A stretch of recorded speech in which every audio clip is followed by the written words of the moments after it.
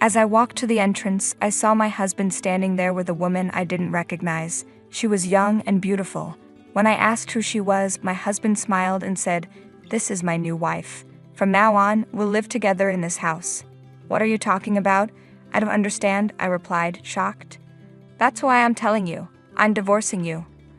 I've become the president and taken over this house," he said. "What do you mean? Just leave quickly. We don't need you anymore, Auntie," he added. With those harsh words, my husband and his new wife kicked me out of the house. My name is Sandy, and I'm a 30-year-old office worker. I work at a company owned by my father and help him both at work and in his personal life. Ever since my mother passed away, it's just been the two of us. To support my father, I started cooking and cleaning in middle school and also made his lunches. My father appreciated my efforts and helped me with my studies. Thanks to him, I got into a good high school and later went on to university. After graduating, I decided to work at my father's company to repay him. The workplace was full of kind people, and I felt satisfied when we'd all worked together to achieve great results. I was happy working there. One day, I met a man named Joey, who had just joined the company. He was 2 years older than me, and I was immediately drawn to his warm personality and way of speaking. He was enthusiastic about his work and quickly became friends with our colleagues. I thought he was a great person. At first, we were just colleagues, but after a year-end party, we started talking more personally, and soon we began going out to eat together. Although I was hesitant about romance at first, I found myself wanting to spend more time with him. I even started suggesting dates. We grew closer, and one day he confessed his feelings to me. We started dating. After we began dating, I became even more motivated at work. I was serious during work hours, but I also enjoyed spending time with him during lunch breaks and after work. He knew many fun places to go on dates and took me to restaurants I hadn't tried before, even though I'd worked in that town for a long time. Our relationship went well, and about a year after we started dating, we began talking about marriage. We even told my father about our plans. Joey nervously told my father, "I'm going out with Sandy, and we're considering marriage." I also shared our intentions, and my father was overjoyed. He gave us his blessing with a big smile. Feeling relieved with my father's approval, our relationship continued smoothly. About a year and a half after we started dating, Joey proposed to me. He handed me a ring and said, "Let's get married soon and reassure your father." I happily accepted his proposal and immediately told my father. My father was thrilled and exclaimed, "Oh, you're finally getting married." Afterward, we visited Joey's family home and I met his mother. I learned that Joey also grew up in a single-parent family. His mother had divorced his father when Joey was young because his father had an affair. After the divorce, Joey's mother returned to her parents' home and began studying for a national exam. After 2 years of hard work, she passed the bar exam and became a lawyer. She had once given up on her dream of becoming a lawyer, but after her husband's betrayal, she decided to surpass him and succeeded. Joey's mother was strict, and he warned me. My mother often scolded me, and honestly, it was tough. She might be strict with you too. Feeling nervous, I replied, "Okay, I understand." But I also admired Joey's mother for her accomplishments. Then, the day came when I met his mother for the first time. "Nice to meet you," I said. "I'm Sandy." When I greeted Joey's mother, I had a serious expression. She responded politely, "Nice to meet you, I'm Joey's mother." But I could feel the tension. "Please come in," she said, and I entered the house, realizing she was just as strict as Joey had described. During the marriage introduction, she asked me many questions and it felt like an interview. But in the end, she approved of our marriage. After that, Joey and I had our wedding and started our new life together. We enjoyed commuting and coming home together since we worked at the same company. People at work called us the ideal couple, which was a bit embarrassing but made me happy. On weekends, we went on drives or traveled together, creating many fun memories. Every day, I was truly glad I married him.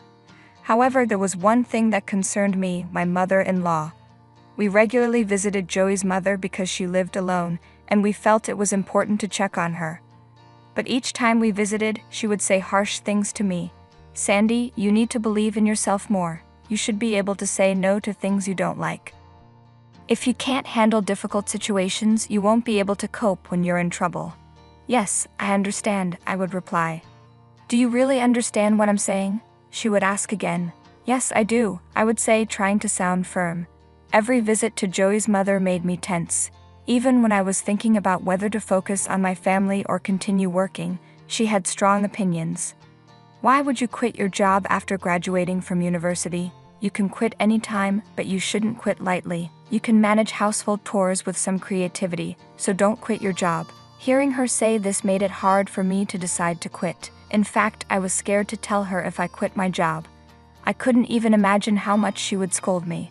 So I tried to balance work and household chores in my own way. Even though Joey would eventually take over the family business and I could have chosen to be a housewife, I decided to keep working, following her advice. It was very hard to stand up to Joey's mother. Even when I helped with household chores at her house, she often had harsh words for me. "You need to assert yourself more.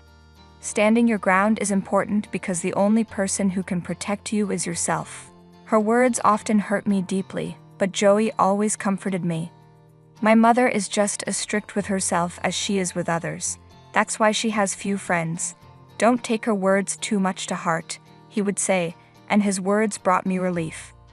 After that, we started to visit Joey's mother less often. But another concern came up: my father's health. Every time I saw him, he looked tired. "Are you okay? Do you feel unwell?" I would ask, and although he would respond, "No, I'm fine," it was clear he wasn't in good health. One day while at work, my father suddenly collapsed and was rushed to the hospital. Fortunately, his life wasn't in danger, but he was very weak, and the doctors advised us to live with him if possible, to monitor his condition. When I discussed this with Joey, he immediately agreed. "We should live with your father and keep an eye on him since I'm worried about his health," Joey said. "Thank you, Joey," I replied. At first, my father hesitated to live together, but after I strongly insisted that we should prioritize his health, he agreed. We moved into my childhood home to start our life together. Living together went smoothly, and Joey and my father built a good relationship. I felt comforted being able to live close to my father as he grew older. He became less active than before, and it was inevitable that he wouldn't always stay energetic. With age, there was a constant concern about sudden illness or a decline in his health. Then one day, something slightly worrying happened when I returned home from shopping. One day, I found Joey on the phone in our bedroom. He was saying, "Yeah, everything will be in our hands soon. Don't worry, everything is going according to plan." I was curious about what he was talking about, but I decided not to eavesdrop. I went to the kitchen to put away the groceries. After Joey finished his call, he came to me. "Are you back already?" he asked. "Yes, I just got home." "I didn't want to interrupt since you were on the phone," I replied. "Did you hear that?" Joey asked, looking a bit concerned. "No, I definitely didn't listen," I said. "Okay," he said, but he looked troubled. This made me feel anxious. Since we work at the same place, I doubted it was a work call. It might have been his mother, but he doesn't get along well with her, so that seemed unlikely. I couldn't help but wonder who he was talking to and what it was about. However, around that time my father's health got worse, and I had to focus on him. He couldn't walk anymore and needed care. "Considering your father's condition, you should quit your job to take care of him.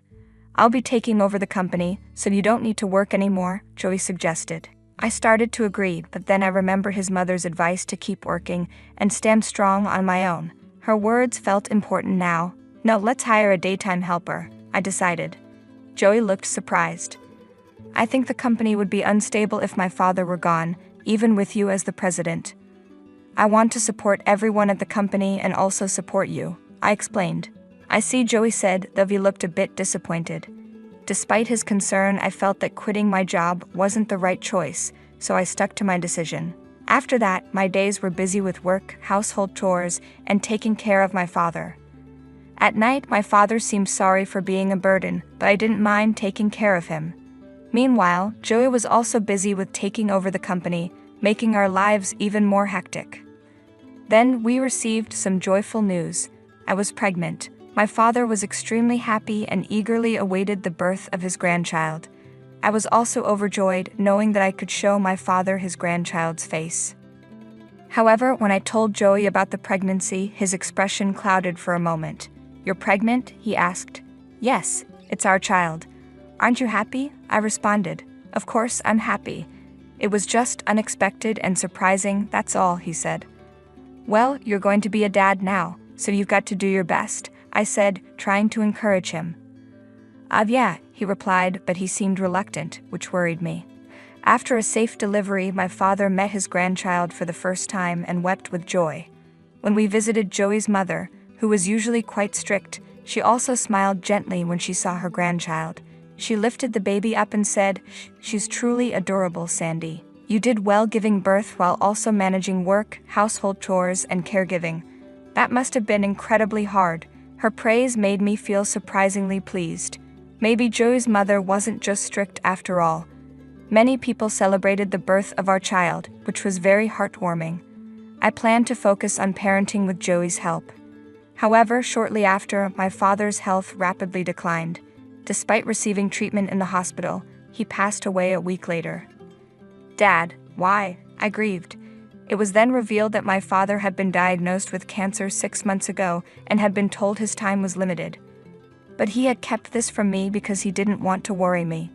With a child on the way, he was determined to live long enough to see his grandchild, a testament to his strong will. Learning about my father's feelings, I couldn't hold back my tears. The funeral was held, and many people attended, showing how much my father was loved. I managed to perform my duties as the chief mourner without shedding tears, keeping my composure throughout the ceremony. After the funeral, we sorted through his belongings. During this time, Joey naturally took over as president of the company. For about a month, everything was peaceful. However, after that, something unbelievable happened. That day, there was unexpected bad weather with a torrential downpour. Joey said he was going out to shop, but I felt uneasy. While I was feeding the baby, Joey returned. I went to greet him at the entrance, relieved to see him back. "Welcome back," I said. "I'm home," Joey replied. Then I noticed an unfamiliar woman standing with him. She was quite young and beautiful. "Who is this woman?" I asked as I approached the entrance. Joey smiled and said, "This is my new wife. From now on, we will live together in this house." "What are you talking about? What is this all of a sudden?" "I don't understand," I said, shocked. "That's why I'm telling you. I'm divorcing you. I've become the president and have taken over this house." "What do you mean? Just leave quickly. We don't need you anymore, Auntie," Joey said harshly, and his mistress smirked. I was forced out of the house with my baby in my arms, into the pouring rain. Desperate, I knocked on the door and pressed the intercom, but neither Joey nor the woman he was with responded. With nowhere to go, I remembered a small tunnel-shaped play structure in a nearby park. I ran there to shelter from the rain. Both the baby and I were soaked, and I knew I had to find warmth and help quickly. Even though I felt hopeless, I decided to call my mother-in-law. Despite our differences, I believed she would help for the sake of her grandchild. I explained the situation over the phone, and to my relief, she came to pick us up immediately. "Sandy," she called out when she saw me. "Mother," I replied. "Quick, get in the car," she urged, driving us to her home. She took both the baby and me inside. "Please take care of this child," I pleaded. My mother-in-law frowned slightly but responded, "What are you talking about? You come in too." "Is it really okay for me to?" I asked, surprised. "Of course you are family too," she said. Her kind words nearly brought me to tears. "I'm truly sorry for Joey's irresponsible behavior," she continued. "I've always seen some of his father's traits in him, but I thought you would keep him in line. Yet he still caused trouble." Her understanding and support in that moment not only offered me shelter, but also renewed my hope and faith in family. "Am I really wonderful?" I asked, taken aback by her praise. "Of course you are. You've managed the household chores, caregiving, parenting, and work all by yourself. I respect you for that. That's why I can't forgive my son for betraying someone like you," she said. Her words moved me to tears. She had been observing all my efforts all along. "Don't cry. Be strong. You're a mother," she advised, gently patting my head and making me some warm coffee. After I calmed down, my mother-in-law spoke with determination. "Now it's time to fight back. We'll correct this wrongdoing." She offered her support as a lawyer and prepared to stand by my side. I couldn't have wished for stronger support, and together, we crafted a plan to confront Joey and his mistress. When we arrived at the house, Joey greeted us dismissively. "What are you doing here?" But when he saw his mother behind me, his expression changed to shock. "Why is Mom here?" "Joey, today I am not here as your mother but as a lawyer. We have a lot to discuss, so let us in. If you refuse, we will meet in court," she stated firmly. Joey reluctantly let us in. The mistress looked shocked to see my mother-in-law and was even more astounded when she learned that she was a lawyer. "Let's start the discussion," my mother-in-law said. "You said you've inherited the house, but where are the documents? Sandy was supposed to inherit it." "I've properly prepared the documents and completed the procedures, so there's no issue," Joey replied. "That's not correct. Sandy says she doesn't remember signing any such documents. Ownership transfer documents require the actual person's signature," my mother-in-law countered. Caught off guard, Joey stumbled over his words. It became clear that the documents had been forged. "Document forgery is a legally punishable act. Do you understand what you've done? Ignorance won't save you," my mother-in-law continued. Joey started to sweat, and his panic became evident. The mistress also looked anxious. "Sandy signed it. She was just upset and forgot." Joey tried to defend himself. "No, I did not sign anything. A handwriting analysis will prove it. You forged the documents," I calmly replied. "Joey, stop this nonsense," my mother-in-law scolded, causing him to stagger. "Sorry, I had her forge it," he confessed.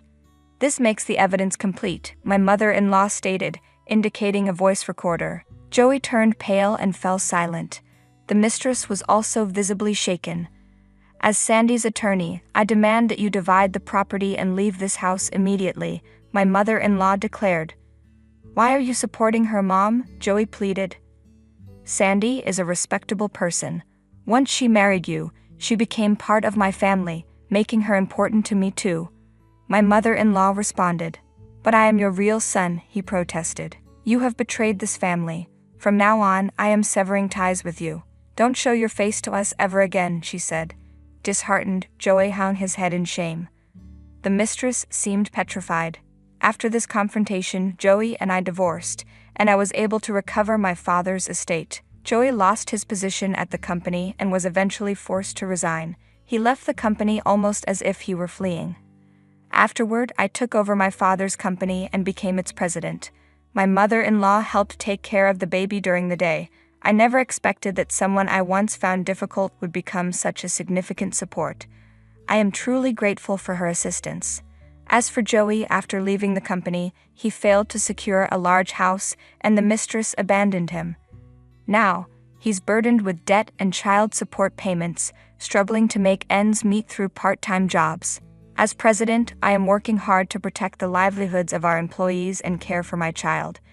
This challenging journey has reaffirmed the value of family and resilience, guiding me to lead both my family and the company toward a stable future. My ex-husband Tom's cruel words still echo in my mind. "I shouldn't have married an old hag like you. Younger women are definitely better. I can't even walk with you in public. You're so embarrassing. If I could go back in time and start my life over." He said these things to me a decade ago. I'm Elizabeth, and I'm 48 years old now. I was 33 when I married Tom, who was 5 years younger than me. We met at the hospital where I worked as a nurse, and he was a new doctor fresh out of his residency. Tom frequently sought my advice, and his genuine curiosity was endearing, so I found myself drawn to him despite our age difference. After 2 years of dating, we married. Despite some initial worries about the age gap, Tom seemed unconcerned, so I put my doubts aside. However, after 5 years of marriage, Tom's demeanor changed. He began verbally abusing me, constantly voicing his regret over not marrying a younger woman. His overly friendly interactions with young nurses at work upset me, but I stayed quiet, not wanting to cause a scene in the hospital. Tom's infidelity was revealed one day, and the other woman was a former patient of his, someone I had never met because we worked in different departments. She was 10 years younger than me and expecting his child. Tom's casual attitude toward his betrayal was shocking. "With an old lady like you, it's no wonder we couldn't have kids. My girlfriend is carrying my child," he said with a laugh. I couldn't stay in such a toxic relationship any longer and agreed to a divorce. When I told Tom and his girlfriend I would seek alimony, Tom reacted with anger. I was married to an old hag like you for 5 years, and you want alimony. I should be the one getting paid. Who would pay you anything?" His outburst surprised me, revealing he had never considered he might owe me financial support despite his affair. Tom's father even called me, dismissing his son's behavior and suggesting it was natural for a young man to pursue a younger woman. I was appalled by their complete lack of accountability. Tom adamantly refused to pay, leaving me no choice but to consult a lawyer. I couldn't just walk away quietly after his infidelity and verbal abuse. The lawyer assured me I had the right to seek alimony, and I entrusted them with the process. It's often said that divorce is more challenging than marriage, and I certainly found that to be true. Thanks to my lawyer's efforts, I received a fair alimony settlement, ended the lease on our shared apartment, and began living on my own. I changed my last name back to my maiden name, Britton. One positive outcome was that Tom transferred to a different hospital. "I wouldn't want to work with a greedy old hag like you," he remarked as a final jab, though he quickly secured a new position at another hospital. Likely in anticipation of backlash from marrying his mistress, it was clear he had planned his next move carefully. Despite everything, rumors about me circulated, suggesting I had been cast aside by my younger husband. This constant gossip weighed heavily on me and made me feel paranoid. Eventually, I left my job at the hospital. After some time aimlessly drifting, I decided to pursue work again, as I thrive on staying busy and active. Luckily, I found a small maternity clinic just 2 stops away from my new home that was looking for nurses, and I was hired immediately. Though the hospital was small with few doctors and nurses, it was a pleasant work environment where everyone got along well with patients. "Miss Britton, you have a keen eye and the patients adore you. We're fortunate to have you," they would tell me. But my peace didn't last long. A pregnant woman was referred to us from another hospital, and I immediately recognized her name, Sarah Evans. She shared the same last name as Tom's mistress. Curious, I checked her husband's name, Tom Evans, a doctor. Without a doubt, it was my ex-husband Tom. His new hospital lacked an obstetrics department, so they had been referred to us. Since I had resumed my maiden name and we had never met in person, she did not recognize me, but I never expected our paths to cross here. I hesitated to reveal to anyone that she was my ex-husband's mistress, so I kept the information to myself for a few days. Then one day, Tom accompanied his wife to her checkup. His eyes widened in shock when he saw me. Clearly, he had not anticipated running into me here, and I certainly had no desire to see him either. "What are you doing here?" Tom questioned me, and his wife quickly realized who I was. "Wait, is she here to harass us?" she asked, casting an accusatory glance in my direction. "Of course not," I replied. "I was here first. I had no idea Tom had moved near this hospital." But Tom refused to hear my side of the story and accused me of following them to cause trouble. "You're stalking me, aren't you?" he shouted. "Don't be absurd." "Why would I do that? You squeezed money out of me because you're old and got dumped," he yelled, causing everyone in the examination room to learn about our relationship. The stares of the onlookers made me feel uncomfortable, even though I knew Tom was in the wrong. His wife escalated the situation by feigning distress, saying, "Oh, I'm scared. I feel like I've been targeted ever since I came here. What if something happens to my baby?" Tom took this opportunity to demand, "Please keep her away from my wife." The doctor in charge then asked me to leave the examination room, likely just trying to defuse the situation. I understood the need to prioritize patients, but I felt deeply humiliated. I didn't want to be there either, especially because I didn't want the details of my divorce to be exposed. To make matters worse, Tom's wife continued to berate me every time she came to the hospital. Although everyone knew I wasn't to blame, they chose to remain silent to avoid upsetting her or interfering with her pregnancy. As a result, the work environment grew increasingly uncomfortable. With more than 6 months until her due date, I couldn't imagine enduring the tense atmosphere for that long. Although it was a good workplace, I decided to resign from the hospital. "It's a shame, but there's nothing we can do," the director said, looking somewhat relieved. Though I knew I had done nothing wrong, it felt as if I were being unjustly penalized. Worn out from the ordeal, I decided not to search for a new hospital job and instead returned to my parents' rural home. They welcomed me without saying a word. Initially, I found it difficult to do anything, but the thought of remaining idle at home made me feel guilty, so I took a part-time job at a nearby supermarket.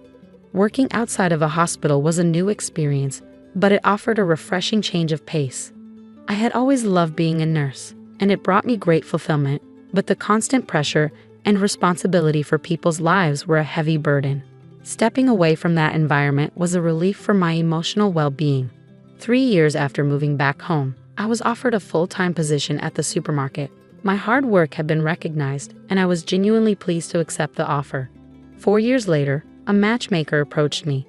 "Would you consider an arranged marriage?" they asked, catching me off guard. "Excuse me?" "I have just the right person in mind for you," the store manager announced one day. At 45, I had no plans to remarry, so I politely declined. However, the manager was persistent.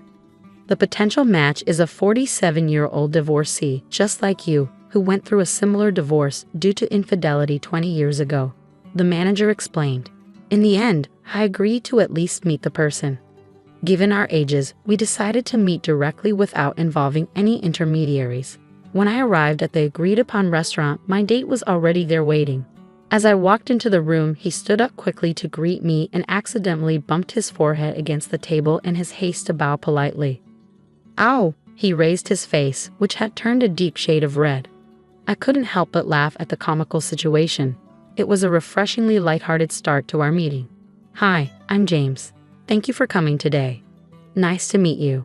"I'm Elizabeth," I responded. Thanks to his endearing mishap, we quickly felt at ease with one another.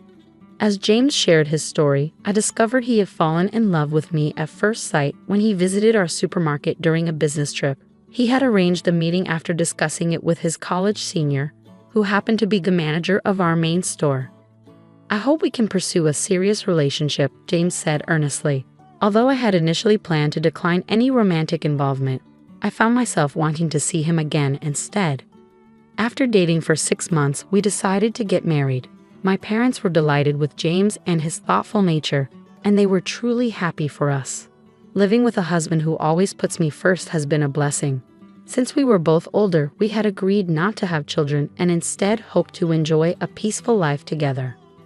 But when I turned 48, my health began to decline. A visit to the hospital revealed an unexpected surprise. I was pregnant. I never thought I would conceive at my age, and my initial symptoms did not suggest morning sickness. My husband seemed just as taken aback. "It looks like there's a baby on the way," I told him. His immediate response was, "That's wonderful. So who's the lucky one? Do I know them?" "Yes, you know them very well. They're standing right in front of you," I said with a smile. "What?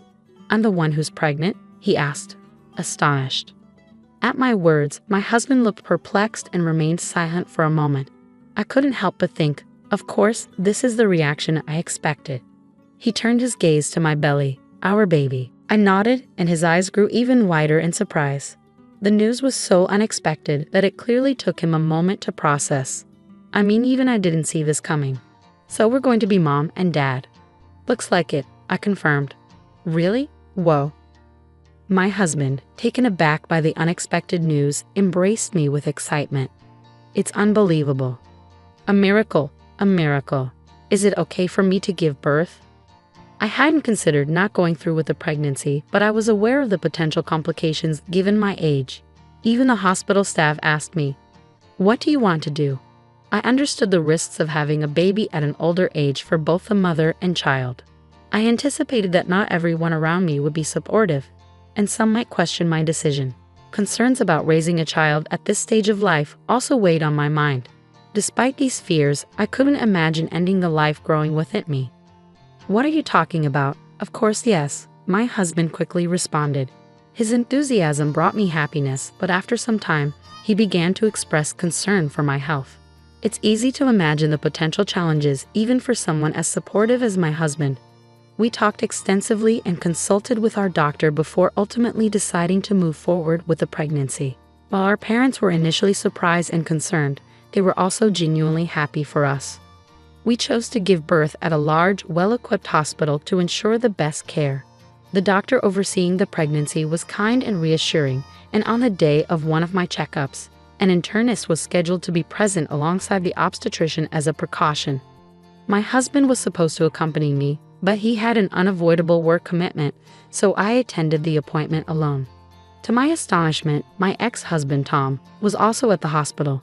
I never expected to encounter him in a setting like this. Wait, seriously? You're the 48-year-old pregnant woman?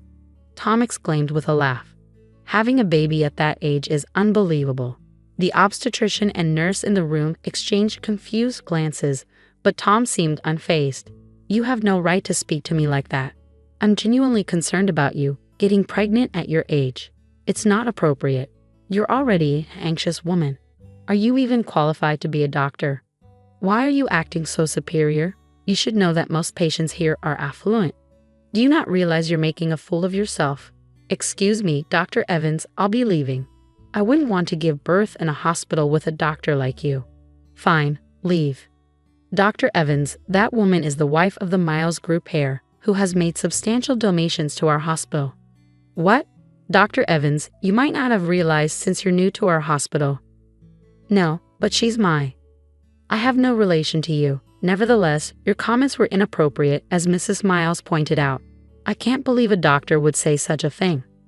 At that moment, my husband walked in. Sorry I'm late. My wife has been an immense help to you. He'd immediately noticed my anger, and Tom turned pale, realizing something was amiss. Is there a problem? This man, Dr. Evans, just told me that giving birth at 48 is disgusting. What? My usually gentle husband's expression hardened in an instant when he heard my words. Since I mentioned Dr. Evans by name, he likely pieced together that the man in question was my ex-husband. I had shared details of my previous marriage with him, including Tom's name and occupation. Are you Dr. Evans? You insulted my wife, didn't you? Well, that's... What kind of hospital allows a doctor to insult a patient? I can't trust this place with my wife and our unborn child. As soon as my husband finished speaking, the nurse who had left earlier returned with the hospital director. I was informed there had been some disrespect. Director, we came to this hospital on my father's recommendation, but I can't believe a doctor like this is on staff here. It seems we chosen the wrong hospital. I'm deeply sorry, that's not accurate. This individual is not a member of our medical staff.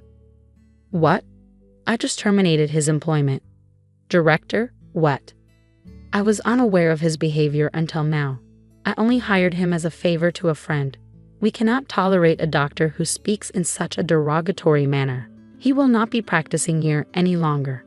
Wait, Director, what do you mean?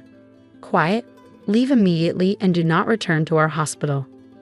Upon hearing the director's decree, Tom, who protested with no, why, was escorted out of the hallway by the obstetrician. The director offered profuse apologies, leaving us feeling sympathetic toward him. After regaining our composure, we resumed our seats, but my husband's anger lingered. Did you only fire him because of my father's donations to the hospital? If not, would you allow such a doctor to continue working here? The director shook his head in disbelief. It appeared that Tom had only been working at the hospital for a week. Tom's father, who was a classmate of the hospital director, had asked the director to hire his son after a recent reunion. The director had no idea Tom would behave in such a manner and offered a sincere apology. Not all the doctors at this hospital are like Tom. In fact, our obstetrician is a skilled and reputable physician. If it weren't for Tom, I would have preferred to give birth here, I explained, and my husband agreed. My father-in-law is the president of a major company with branches nationwide, donating a portion of their profits to medical and welfare facilities. He had generously contributed to this hospital because my mother-in-law received treatment for a serious illness here when she was young. As a result, my father-in-law recommended this hospital for my childbirth. A few days later, Tom reached out to us, pleading for us to intervene with the director and have him reinstated. Surely, if you ask, they might reconsider, right? It became apparent that Tom had a history of angering patients with his arrogant demeanor and had been repeatedly moving from one hospital to another. It was frustrating to see him repeating the same mistakes time and again. Despite warnings from his father, my ex-father-in-law, that there would be dire consequences if he were fired again, Tom seemed unable to learn from his actions. I couldn't help but wonder if my ex-father-in-law's leniency had contributed to Tom's behavior. When the call came, my husband was by my side. He took the phone from me and firmly warned Tom that if he ever attempted to contact us again or came near me, he would report him to the police for harassment. It seemed that Tom took this threat seriously, as he never called again. A while later, on our way home from the hospital, we stopped at a convenience store and saw Tom working there. It appeared that no other hospital would hire him anymore. He was visibly upset and told us that his wife and child had left him, but I felt no sympathy. I decided to avoid that convenience store from then on. The next year, I gave birth to a healthy baby girl. She is truly a delight, and I am committed to raising her with love and care. My husband has been enamored with our daughter since the moment she was born and is showing signs of becoming a very doting father. I'll need to keep an eye on him to make sure he doesn't spoil her too much. Emily, is Grandpa doing okay? Patricia, Yes, he's doing okay, but not perfectly. It's a bit of a hassle when older people hurt themselves. I wish they would consider how hard it is for us to take care of them. Patricia, That's not a very nice thing to say. It's alright he's not doing too well anyway. I'm not good at dealing with the needs of older people, but you're used to it, so you'll manage. The other day, my husband's grandpa, Michael, fell in the garden and hurt his leg. It's not too bad, but he's already 82 years old. Because of his age, we're making sure he stays in bed to avoid making it worse. My mother-in-law won't even go near him, let alone help take care of him. I'm Emily, 30 years old. I got married 3 years ago and live with my husband Daniel's family. My husband used to be my boss at the company where I worked, a company started by his grandpa. When I first joined 8 years ago, my father-in-law was already in charge and my grandpa-in-law was the chairman. But back then, the grandpa still handled all the big tasks and jobs in the company. 2 years ago, when Grandpa turned 80, he stayed as chairman but gave most of his public duties to my father-in-law. Michael, you've put in a lot of work over the years. Let Christopher handle the company stuff now and take it easy, my mother-in-law said with a smile. But to me, her words sounded kind of sarcastic. Grandpa-in-law can be stubborn, but he's known for being fair and kind. On the other hand, my father-in-law seems a bit immature. He doesn't speak his mind clearly and isn't as reliable as Grandpa. Plus, he always listens to whatever my mother-in-law says. My grandmother-in-law passed away before I met her. My husband and I started dating 3 years after I joined the company. He was leading our team with energy, and he seemed dependable, although a bit too sure of himself. Maybe I felt that way because I lost my dad early and grew up with just my mom. She passed away from illness 2 years ago, so now my in-laws are all I have left in terms of family. Not long after I got married, my mom got sick and needed me to take care of her, so I quit my job to be there for her. My husband's family didn't mind, and it might be because of one thing Grandpa said: it's only right to care for the mother who raised you alone. Don't worry, just take good care of her. Because of that, I could stay with my mom every day for a year without worrying about money until she passed away. My mother-in-law seemed a bit unhappy, but I was really thankful. But ever since Grandpa handed over the company to my father-in-law, things have been changing. People don't listen to Grandpa's ideas as much anymore, and I feel like they're not treating him with the same respect. At first, I thought it was just me imagining things, but seeing how my mother-in-law and husband act, it feels real. My father-in-law doesn't seem to care much, and it's like he's ignoring Grandpa now that he's basically retired. Seeing how my in-laws behave, I can't help but feel angry. Hey Patricia, and you too, don't you think you're being a bit distant towards Grandpa? What's the problem? Grandpa tries to talk to you, and you barely answer him. You don't even try to help him out. I don't have time to deal with old people. You can take care of Grandpa. You're the one who's free. There's no need to speak like that. I'm tired from work. Don't bother me with trivial stuff. This is how it always is. No one listens to what I say, and my grandpa-in-law doesn't speak up to his family about it. Now I'm the only one who talks to him at home. Grandpa, it's a nice day today. How about we take a short walk outside? Your leg seems to be getting better, and it might be good for your recovery. Thanks. Let's go out for a bit then. We walked to the park together. Many families were there and children were playing happily. My grandfather-in-law watched them with a smile. Christopher and Daniel, just like those kids. Grandpa, I was so busy with work that I couldn't spend much time with the boys. Maybe that's why I feel like I didn't raise Christopher and Daniel properly, my grandfather-in-law said, sounding a bit sad, almost as if he was speaking to himself. Christopher is my father-in-law and Daniel is my husband. I think about how we can all be kinder to my grandfather-in-law, but I can't think of a good solution. Then my in-laws suggested building a new house for him. This house is more than 50 years old, right? It's poorly laid out and hard to use. Instead of spending money on repairs, it would be better to build a new house in a more convenient location. A new house. Michael is getting older, and while it's good he only got hurt last time, we never know what might happen in the future. So let's make the new house accessible for him, so we won't have trouble if he needs care. That makes sense. We can even put Michael's room in the middle so everyone can easily look after him. Yeah, that sounds like a good plan. Alright, it's settled then. And Michael, regarding the expenses. If it's a house for all of us, I'll cover it. Talk to Mr. Jones about the finances. Classic Michael, thank you. We really appreciate it, my mother-in-law said with a happy smile. It seems that they only praise him when they need money. But if everyone takes care of my grandfather-in-law after we move to the new house, I thought there couldn't be anything better. Mr. Jones is the company's legal advisor and also manages my grandfather-in-law's personal finances. My grandfather-in-law likes his honesty and has kept him around for almost 30 years. He's 58 now and the person my grandfather-in-law trusts the most. I've met him a few times and he seems really trustworthy. He's always concerned about my grandfather-in-law's health, and sometimes I feel like he cares for him more like a son than his real sons do. Knowing there are people like him around my grandfather-in-law gives me some comfort. I didn't know exactly what kind of house they were building or where it was going to be, but my mother-in-law seemed really happy, and the three of them were looking at interior design magazines and discussing things, so it seemed like everything was going well. Then something unexpected happened. It turned out that my grandfather-in-law had a debt of $1,820,000. Wait, what's this about $1,820,000? My grandfather-in-law had co-signed a loan for a friend's company, but that company ran into trouble, and now the debt fell on my grandfather-in-law. Wait, they're not going to take the house, right? It's still under construction. Since the contract is already done, and like Patricia said, it's in the president's name, so it's okay, my mother-in-law said with relief. Oh, thank goodness. I'm glad things turned out the way I suggested. Hearing that conversation, I realized for the first time that the house was in my father-in-law's name.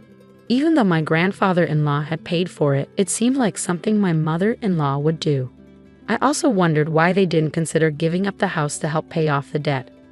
Hey, this debt is Michael's responsibility, not ours or the company's, right? Well, it was signed under Michael's name. Oh, okay then, no problem. I couldn't see any good in the situation. But since my grandfather-in-law didn't say anything during that conversation, I didn't say anything either. After all, it's not an amount of money I could handle. Then, a few days later, my grandfather-in-law's behavior started to change slowly. Grandpa, what do you want for lunch? Who are you calling Grandpa? I'm only 50. You have no right to call me that. Huh. Sorry, Emily, right? I was lost in thought. At first, I thought he was just lost in his thoughts. But when it kept happening, I started to feel worried. Patricia, where's my food? What are you doing? Grandpa, I'm Emily. Patricia is your daughter-in-law. You already ate your meal. I didn't eat. Are you trying to starve me? I started to wonder if my grandfather-in-law's behavior change was triggered by the huge debt, and maybe the fact that none of his family members were trying to help him made it even harder for him. What could I do to help him?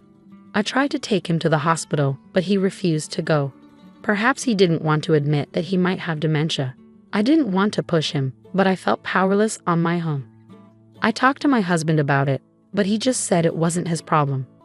I couldn't rely on my mother-in-law either, so I thought my father-in-law was my only option. Yeah, Patricia told me, Daniel. They suspect it might be dementia. Could you come to the hospital with us? But it's not that serious yet, right? If we go to the hospital, others will find out about my dad having dementia.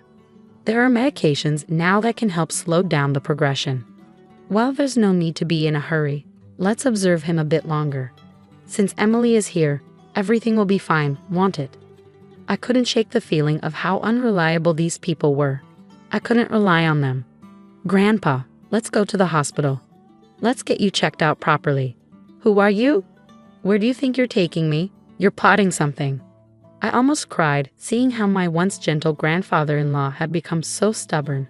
But my mother-in-law just laughed, finding it amusing. Even if he used to be the chairman, his time is over now. Everything, even the company, belongs to Christopher. Patricia, Grandpa isn't completely out of it. He can hear everything. He'll forget everything soon. He'll start wandering, dribbling.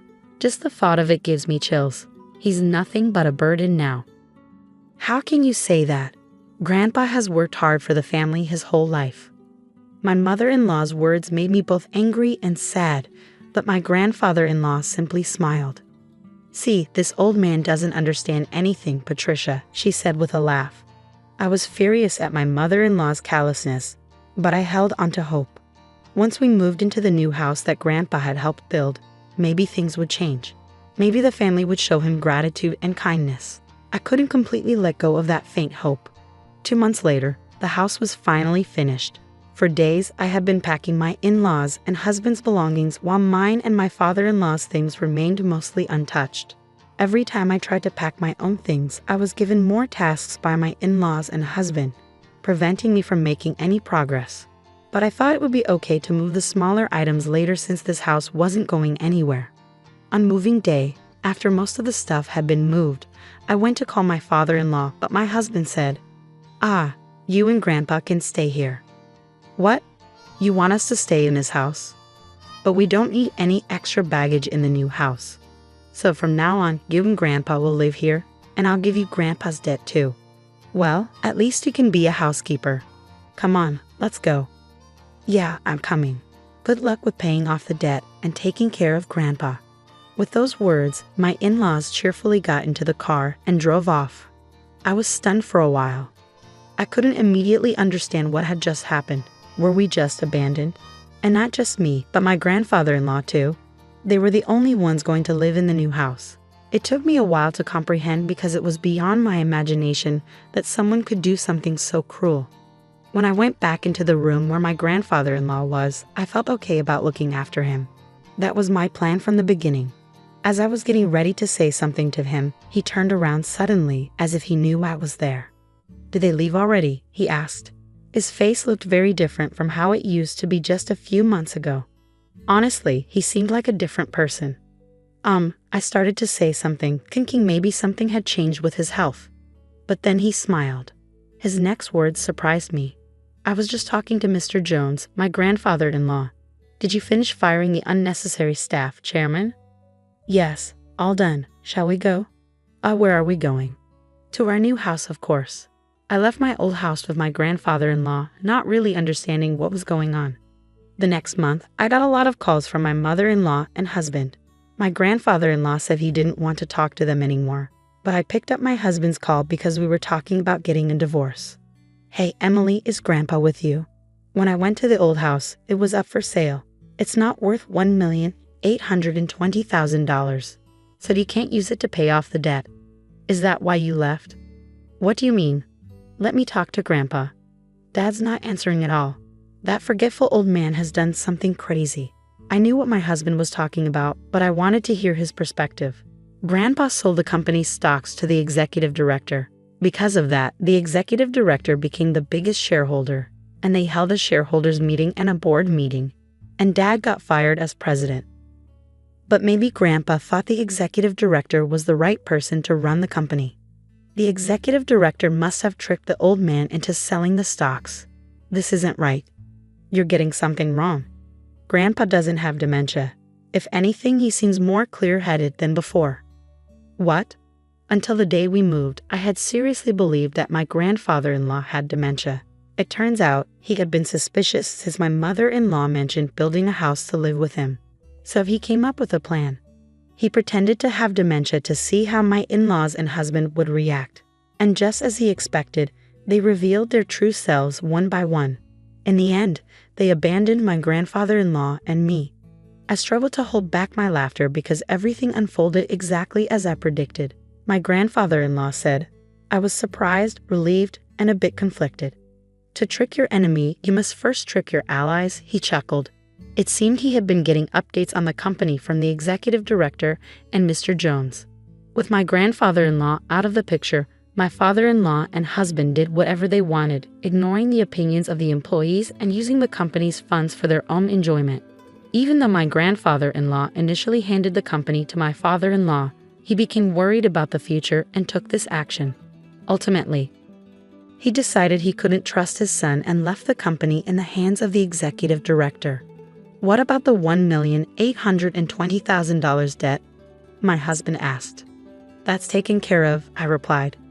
It turned out my grandfather-in-law had guaranteed a loan for a friend's dad, but he had personal assets that covered it and more. After stepping back from the company, he invested in real estate and made a good profit. But if I had mentioned that, my mother-in-law and husband would have targeted it. That's why I only mentioned the debt. The friend's dad had helped my father-in-law in the past, and now the land he owned was going to be turned into a resort, fetching a high price. You're joking, my husband exclaimed. But are you guys okay? I asked. We're not okay. Both my father and I were ousted from the company. What do we do now? He worried.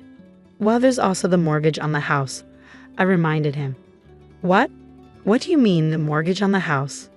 My husband asked, puzzled. Haven't you figured it out yet? Grandpa was supposed to cover all the house expenses. Maybe you don't remember what he said back then, I replied. When my mother-in-law discussed money with Grandpa, he made it clear that he would only pay if it's a house where everyone, including me, would live. Otherwise, he wouldn't contribute. Even though the house was in my father-in-law's name, Grandpa intended to pay only if everyone lived together. That's because you assumed Grandpa would foot the bill and didn't examine the documents properly, right? Christopher signed without checking everything. It shows he really didn't have the qualities of a president, I remarked. You're kidding, my husband exclaimed. Later on, my parents-in-law lost the house they had built because they couldn't keep up with the mortgage payments. Now they reside in a more than 50-year-old apartment, struggling to settle the unpaid loan. My mother-in-law and husband have been reaching out to me, suggesting we all live together, but that's not feasible anymore. My grandfather-in-law has retired from his chairman position and bought an old house in the countryside where we now live together. Emily, you're free to live wherever you want. You don't need to worry about living expenses, my grandfather-in-law assured me, but I chose to stay with him. If I'm not a bother, please let me stay by your side, I told him. When I expressed my feelings, tears filled my grandfather-in-law's eyes.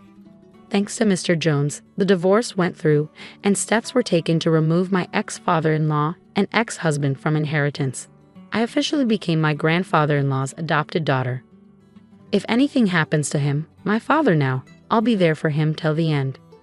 Now we both find joy in working together in the fields. Dad, check out this radish. It's huge. Under the bright sunlight, we share warm moments. I wish for these days to last just a bit longer. I've moved out, so your house is gone. It must be tough without a place to call home, my mother-in-law said happily on the phone. I just responded with a quiet She continued, enjoy your life in your new home. I replied, yes, thank you, and please never come back to my house. After all, you'll be getting a divorce. Then she hung up. I stood at the airport, feeling not angry, but happy. I clenched my fist in a small victory and walked home feeling light. My name is Emma. My husband, David, had to go work abroad soon after we got married, so we had to live apart for a short while. David and I had been dating for 5 years before we got married, and we had lived together too. We trusted each other a lot because of our long relationship. I wasn't worried about David cheating on me.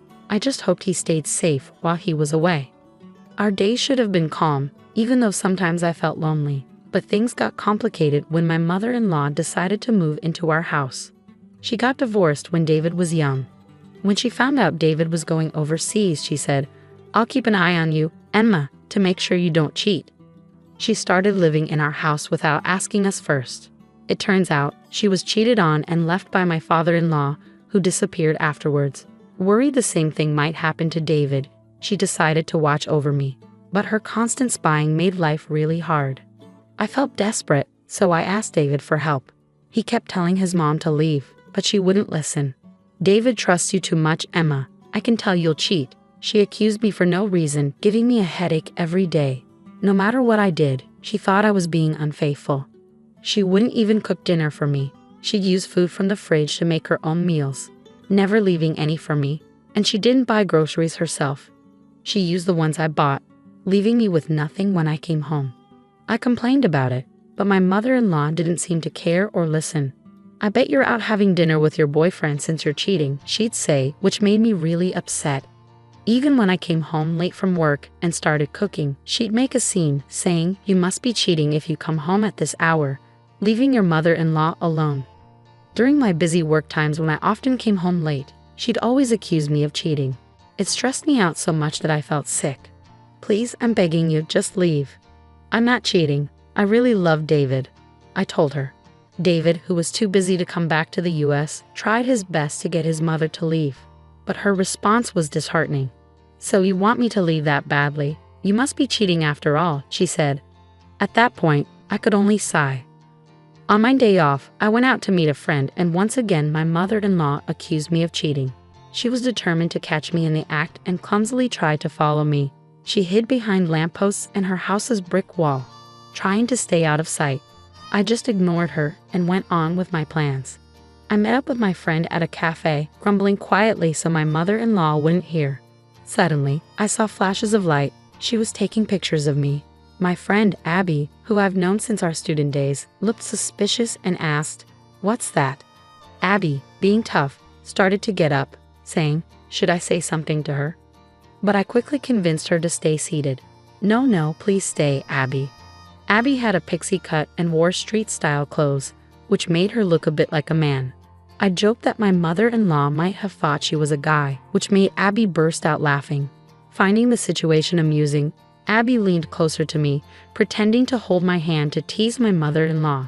Each time my mother-in-law took a picture, she seemed thrilled, snapping away while her nostrils flared with excitement. It was so ridiculous that I couldn't help but laugh along. After witnessing my mother-in-law's silly antics, I felt relieved and went shopping with Abby before we said goodbye. But as expected, my mother-in-law followed me home, hiding behind lampposts and walls just like before. Sometimes I'd play a quick game of red light, green light with her, and she'd scurry off to hide. It was amusing, and I found myself joining in her ridiculous game. I couldn't help but think how foolish she was to believe that I didn't notice her following me. When I got home and started taking off my shoes, she rushed in excitedly. If she was tailing me, she could have at least waited a bit before coming back. I was surprised when she showed me a disposable camera. "Emma, I finally caught proof of your cheating. I'm going to send these to David, so get ready." "Oh really? Good luck with that," I said casually, which she didn't like. She spent the rest of the time buzzing around me like a nagging child. "Are you okay with this? It's proof of cheating. Your face and his are clear in the photos." But I just calmly kept saying, "That's fine." It was unfortunate that Abby's appearance sometimes led to her being mistaken for a man, but David knew her well from before we got married. So even if my mother-in-law sent a photo of me with Abby to David, he'd probably recognize her as just a friend. Despite enduring my mother-in-law's ridiculous schemes, I suddenly had to go on a business trip overseas. It was a shame I wouldn't get to see David because it was in a different country, but it couldn't be helped. I told my mother-in-law about my trip, although I didn't ask for her opinion. But in her mind, it seemed like a romantic getaway. As I got ready for my trip, my mother-in-law smirked and said, "It'll be a big problem if you come back pregnant from your romantic getaway. David hasn't seen you in a while, so it won't be easy to pretend the baby is his." Her distasteful thoughts made it pointless to argue back. I replied casually, "Yeah, it's just a business trip, not a romantic getaway," and headed off. The trip was really busy, and the days passed by quickly in a blur. When I finally got back to the US, I was exhausted. My boss, who had also been on the trip, seemed tired too and went home. I had planned to grab some duty-free sweets before heading home, so I took a break on a bench. Just then, my phone rang. It was Abby calling, and she had something surprising to tell me. "Hey Emma, welcome back. There's something I need to tell you. Your mother-in-law showed up at the company where I work." "What?" Abby's family's company isn't the kind of place just anyone visits. Hearing that my mother-in-law went there made me really angry. Abby explained how she handled the situation and asked if she went too far. I replied, "No, I think it was just right." After laughing and ending the call with Abby, I was about to leave when I got another call from my mother-in-law. Emma, you should be back from your trip now. Did you enjoy your affair trip?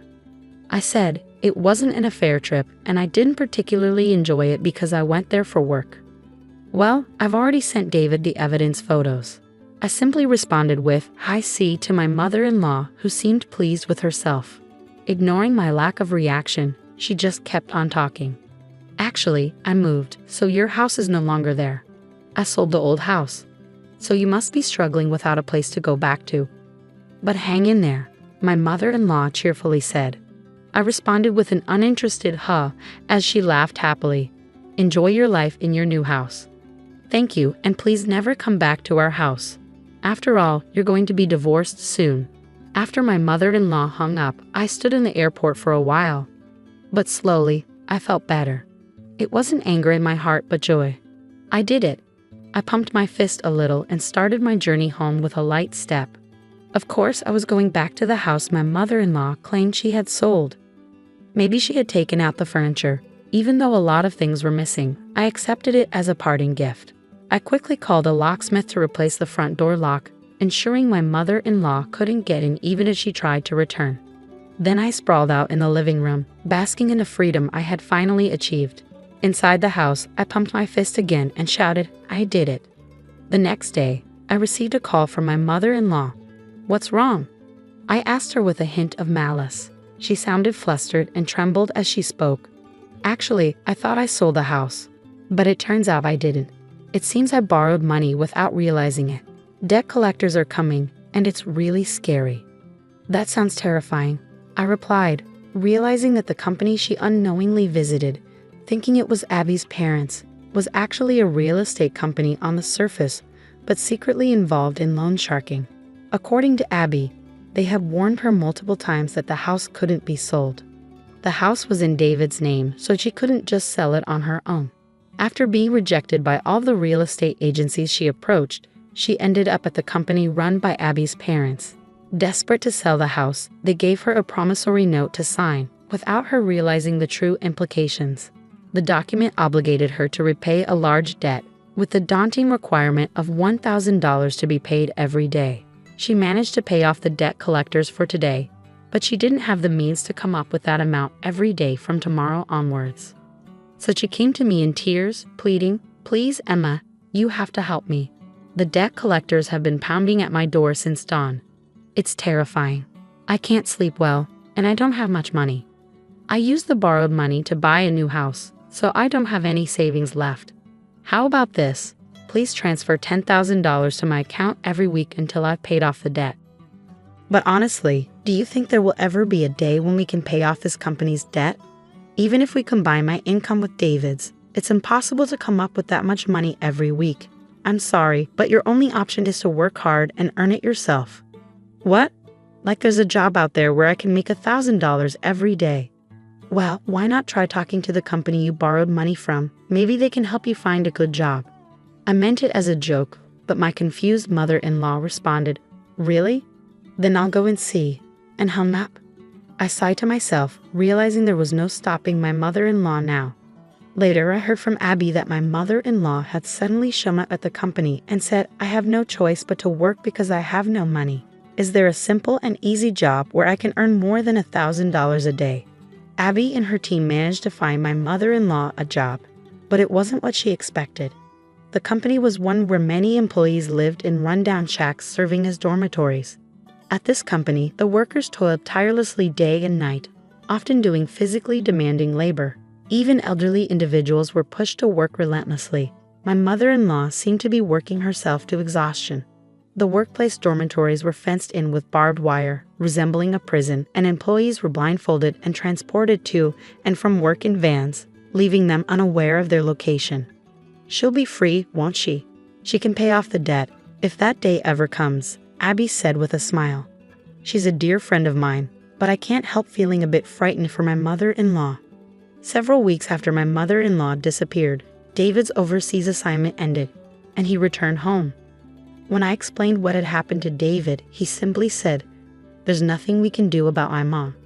All we can do is wish her well from a distance." It became clear that David never really got along with his mother. While he tolerated her because she was his mother, It seemed he had run out of patience with her constant suspicions about me, his wife. When I asked David of the supposed evidence photos of my infidelity, he said, "Oh yeah," as if he had forgotten, and handed me a photo from his bag. "That's Abby, right?" I have no idea why my mom would think this is proof of infidelity. I actually had a big argument with her on the phone. I told her I cut ties as she kept suspecting you, Emma, but she wouldn't listen. It really frustrated me, but I thought this was a good picture, so I brought it home. It's true, my mother-in-law might have had a talent for photography. What a shame. The photo she took of Abby and me, with the beautiful scenery in the background, had a certain style, like a page from a photo album. It was amusing how Abby was playfully making a peace sign behind her back. That was just so like her. We really owe Abby a lot. We should visit her properly sometime soon. Just be careful not to sign any documents she might try to give you. I'll never sign anything from Abby. David and I chuckled together. Finally, we were able to live like a newlywed couple. We had no idea what happened to my mother-in-law after that, but she's probably still working hard somewhere in the States. We could have found out where she was by asking Abby, but neither David nor I had any desire to track her down. David and I continued to live happily together, and eventually we welcomed our first child. We're enjoying our blissful days together. Hi, I'm Jessica, and I'm 27 years old. After finishing school, I got a job in a doctor's office. It was busy, but I liked it. Then I stopped working when I got married to John. He wanted me to focus on our home. He asked me to take care of his mom. He really wanted me to do it. "Please, I'm begging you," he said. "Okay, I'll try my best," I replied. I'm not someone who sticks to just one job. So when John asked me to take care of his mom, I agreed. I met John through a friend, and we got married after dating for a year. John had already lost his dad to sickness, so he was living with his mom. "Taking care of my mom will mean a lot to me. She's been feeling lonely," John said. "I'm worried about her being by herself." "I understand. We can't leave her alone," I replied. I learned that his mom got sick soon after his dad died. Since then, she hadn't been well, and John did most of the chores. When I met her, she was really nice to me. "I'll let John handle the things outside, and I'd like you to take care of the house," she said kindly. "Sure, mother-in-law. I'm eager to help out," I replied. I didn't have any issues with my mother-in-law. She was sick and couldn't move much. I had a lot of control over things. But the problem was with John. After we got married, he started to keep his distance. "Hey, how about we go for a drive on our next day off? Your mom seems to be okay, and I think it would be nice," I suggested. "Sorry, I'm really tired. I just want to rest," he replied. "Oh, okay. I understand," I said. John started acting upset about how we were getting along. At first, I thought it was because he was busy with work, so I didn't worry too much. But as time passed, he avoided me even more. Even our intimate moments together were affected. Sometimes, even when I thought everything was right, he didn't want to. "Please, let's try to work together. I really want to have a baby soon," I begged. "I know how you feel. I want that too, but sorry, not today," he replied. Turning 30 soon, I felt a bit rushed. My mother-in-law also wanted a grandchild and kept reminding us about it. It was tough not being able to fulfill her wish. Then, sadly, my mother-in-law passed away before we could have a grandchild. After that, John became even colder toward me. "Hi, welcome home. I made your favorite cream stew for dinner," I said. "John? Hey John, are you listening?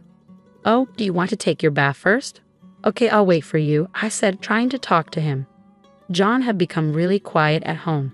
No matter how much I tried to talk to him, he just ignored me. I thought maybe he was still sad about losing his mom. I figured he'd get better with time. So I decided to support him as best as I could, being his wife. But no matter how much time passed, he still didn't seem interested in me. "John, how are you feeling lately? Are you sleeping okay? I want to talk about something important about having a baby. I'm thinking of getting a test to check our fertility. What do you think?" I asked, trying to start a conversation. "Hey John," I tried again. I tried to talk about his health, his feelings, our plans for a baby, and our future. But every time, it seemed like he wasn't interested. "John, please say something. Have I done something to upset you? If there's anything bothering you, or if you want me to change something, please tell me," I begged. Despite my heartfelt plea, John didn't listen. He kept ignoring me for a whole month. My husband's cold behavior was baffling. Feeling desperate, I turned to my old friend Claire for advice. Claire works at a cosmetics company. She's great at her job and has lots of friends. Whenever I have problems with studies, love, or anything personal, I always ask Claire for advice, I explained. Whenever I shared my troubles with her, Claire listened carefully. This isn't normal. A couple in their 3rd year of marriage, living together, and the husband ignoring the wife. That's not right. You haven't done anything wrong, have you, Jessica? She asked. No, I haven't. That's why I don't understand why he's acting this way. I replied, feeling really upset. Claire promised to help me figure it out. Little did I know, Claire had picked up on something. It's his fault. If you haven't done anything wrong, Jessica, he must be hiding something. Let's find out. Eavesdropping, surveillance, following him. We'll use all the methods we can, she suggested. Is it really okay to do that? I asked nervously. Absolutely. It's worse to ignore your spouse and keep secrets in a marriage, she assured me. Following Claire's advice, I secretly installed small eavesdropping devices and cameras in our home. I felt guilty, but I was determined to uncover his secret. But despite all this, John continued to ignore me. John, hey, are you listening? I tried to talk to him, but it didn't work. A few days later, my phone rang. It was John calling. Hello, I answered. Where have you been? What's going on? Leaving the house for a week, he demanded. Why don't you ask yourself why I did this? What are you talking about? Be clear, I don't get it, I replied, feeling angry that he dared to question me after ignoring me for so long. Prompted by Claire to investigate John, I uncovered a shocking truth. Filled with rage at what I had discovered, I left our home and stayed at Claire's house. It was on the 7th day of staying there that I finally received a call from John. If you have something to tell me, then say it to my face, he suggested. Fine, but promise you won't ignore me, I replied firmly, ready to confront him. The anger I felt when I found out the truth still burned inside me. His betrayal weighed heavily on me. John needed to face the consequences of his actions. I arranged a meeting and quickly ended the call before he could respond. Later, I invited John to a local cafe. He must have taken time off work because he arrived in a business suit. I didn't waste any time and laid out the evidence I had gathered on the table. What's this? Jessica, stop it. Don't show me these things, he protested. If you don't like it, why don't you pick them up yourself? It doesn't matter, right? I can print out as many as I want, I retorted. When were these photos taken? He asked, trying to change the subject. On the table were photos that incriminated John, pictures of him with his mistress, walking downtown with their arms around each other, entering a hotel together. The woman in all the photos was the same person. Her name was Mary, as I found out during my investigation. I also have audio recordings. Do you want to listen to them now? I asked. Audio recordings, he said, shocked. I tapped the screen on my smartphone, and instantly, a conversation between John and Mary began playing. Hey John, when is our housemate planning to leave? Mary asked. She'll be gone soon. She's getting fed up and might suggest a divorce. I wish she would just confront us, saying, stop ignoring me. That would be easier for me, John replied, his tone cold and calculated.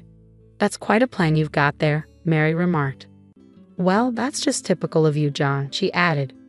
When I stopped the audio, John seemed frustrated, like he suspected we were listening in. I couldn't help but wonder what kind of expression John wore when facing his own wife. Caught red-handed cheating, he seemed like he was about to explode with anger at any moment. John, you needed someone to take care of your mother, right? That's why you married me. But now that your mother has passed away, I'm no longer needed. Your real intention was always Mary, wasn't it? But Mary had no interest in taking care of her mother-in-law. So you chose me, someone who was okay with caregiving. It seems like anyone who could handle this difficult duty would do. After your mother's passing, the caregiver role was no longer needed. The plan was to make life miserable and push for a divorce. That's such a petty, cruel, and unfair way to act. It's disrespecting the vows of marriage. The only good thing is that we don't have any children, I accused. What about children? You didn't you? You never wanted them because you knew it would lead to us splitting up, I added. John sighed heavily. Most of what you're saying is true. I married you with the intention of leaving you from the beginning. You're right, I'm terrible. What do you think my life is? Fine, but I have something else to discuss first, I replied cryptically. Someone else? You can't mean. Before John could finish, 2 women arrived, apologizing for keeping us waiting. What's going on, John? So you're the housemaid? One of the women asked, clearly shocked. I'm not a housemaid. I'm his wife, at least for now. Thank you, Claire, I said. You're welcome. Wait, what? I thought we were going shopping for new cosmetics to review, Claire said, surprising both John and his mistress. I'm sorry, that was a lie. What I was actually doing was looking for my best friend's husband's mistress. That's you, Claire, and you brought Mary here to sit next to John, I explained. I showed Mary the same evidence, the photos of the affair, as before. Her reaction was like that of a child caught doing something wrong. She didn't seem to fully understand the seriousness of the situation. Well, her attitude doesn't change what I need to do. I'm going to demand compensation from both of you, I declared firmly. What? What are you talking about? Why should I have to pay compensation? I haven't done anything wrong. Have I caused you any trouble? Mary protested. Do you really not see it? I found out that Mary herself is married. Doesn't it bother her that her own husband is involved with another woman? Whether she didn't understand or didn't want to, convincing Mary was difficult. Eventually, she slumped onto the table, crying. I wonder if she's thinking about her husband, I pondered, considering telling her about the certified letter I planned to send soon, but decided against it. I'd have to explain what a certified letter was first. While I dealt with Mary, John stayed silent, looking solemn. John, sign these 2 documents. Here's the divorce agreement and the divorce petition. $30,000 for compensation. Is that too much? I asked. Hey, don't judge the extent of my emotional distress, okay? I replied sharply. At my words, John stayed quiet for the rest of the conversation. All that could be heard in the restaurant afterward was Mary's quiet sobs. Later, my divorce from John went through smoothly. I confirmed that the compensation and asset distribution were transferred to my bank account in one lump sum. With that money, I decided to move into a slightly nicer apartment, a fresh start in life. It was a little luxury to lift my spirits. It turned out that John had to sell his childhood home to pay the compensation. It's sad that after paying what he owed, he was left with almost no money. But it was unavoidable since the $30,000 he gave me wasn't the only thing he had to pay. It seems like John's total expenses will end up being well over $100,000, doesn't it? It looks that way. He's also facing damages claimed from his company, someone explained. Mary, the wife of an executive at one of John's company's important clients, I added. The executive, upon learning about the affair through the certified mail I sent, was reportedly furious. With the evidence I provided, Mary couldn't deny it. Additionally, Mary was assisting John by leaking her husband's company information. This affair and the subsequent unethical behavior caused a major rift between the 2 companies. John seems to have lost his position. He's not only facing cold treatment from his superiors and colleagues, but also has been fired and slapped with hefty damages, I explained. Poor guy, but he brought it on himself. Do you think he'll be paying off the debt for the rest of his life? Someone asked. Sadly, that's what I think will happen. John's future looks bleak. He's probably struggling to figure out how to handle the overwhelming cost of his affair, I replied. Later on, it seems John struggled to find another job. He eventually gave up on full-time employment and resorted to odd jobs to make ends meet. There are rumors that the managing director was working behind the scenes to sabotage John's job search. However, the truth of this matter is uncertain, and it's unlikely anyone would benefit from trying to confirm it. John, who had also gone through a divorce, got back together with Mary, another divorcee, and they started living together. But it seems their living situation isn't going well. Mary is quite a spender. She splurges money like there's no tomorrow. Despite John's efforts to save money from odd jobs, Mary quickly spends it all on things like cosmetics, makeup bags, and clothes. They can't seem to stop arguing about money, so even though they're no longer cheating on each other, the relationship seems strained, I concluded. I heard this directly from John himself over the phone. He reached out asking for financial help because times were tough. What did you do then? Someone asked me. Of course I refused. I have no obligation to help them.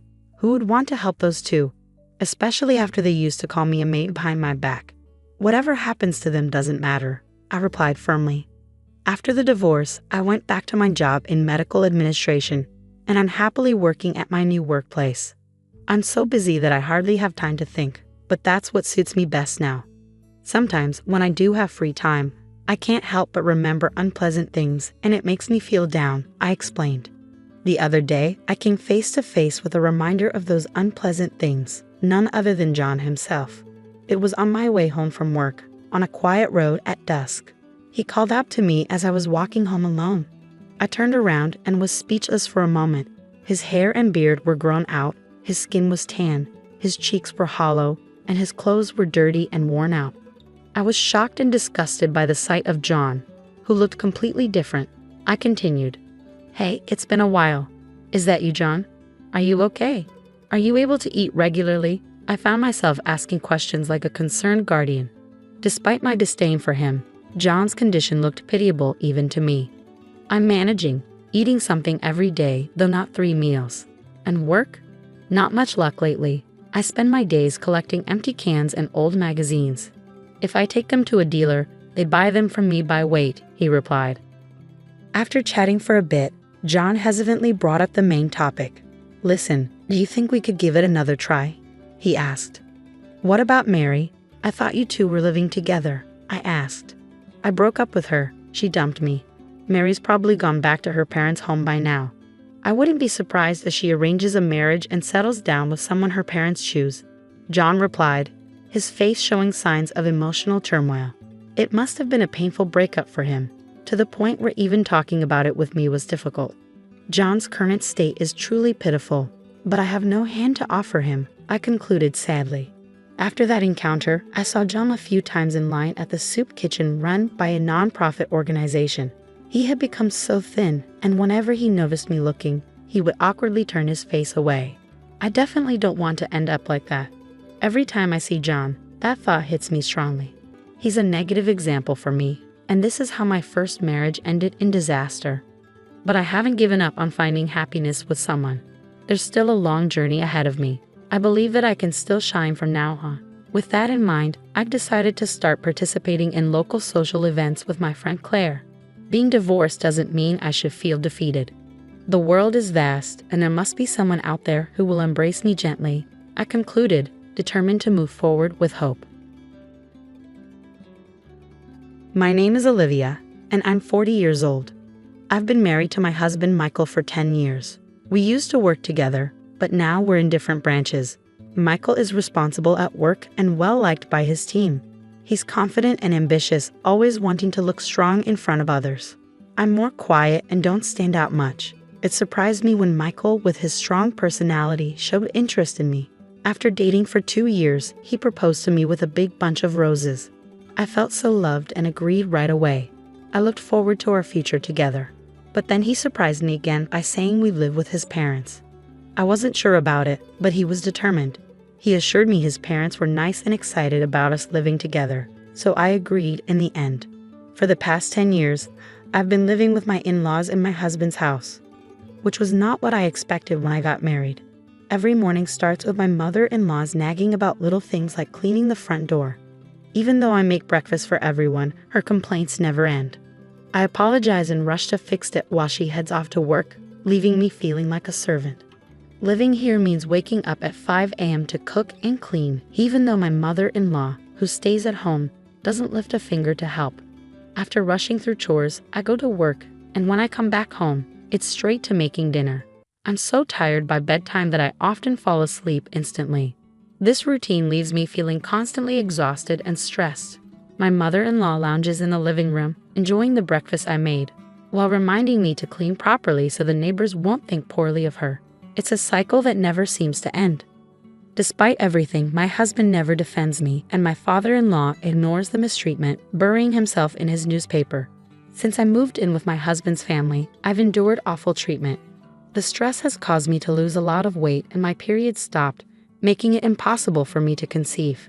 Despite my mother-in-law being the cause, I get blamed for it. I used to take care of myself and cared about my looks, but now I hardly recognize myself. The constant harassment from my mother-in-law and seeing my changed appearance in the mirror have left me deeply depressed. I've become completely submissive to her. I feel so numb that I don't even have the energy to think about leaving this house anymore. I received heartbreaking news. My father had passed away suddenly in an accident. I hadn't visited my family home in a long time because both my husband and mother-in-law would scold me whenever I mentioned wanting to go there. Hearing about my father's death, I deeply regretted not spending more time with him. My family home isn't too far, about an hour's drive from my in-laws' place. So I asked my husband and mother-in-law to come to the funeral. I need to go to my father's funeral, I told them. But before I could finish, they coldly replied, "We're not going. Let your family handle it." Their heartlessness stunned me, trembling with anger and grief. All I could manage was to say, "Understood." Many people gathered at my father's funeral. He was self-employed and had many connections, so there were tears all around, showing how loved he was.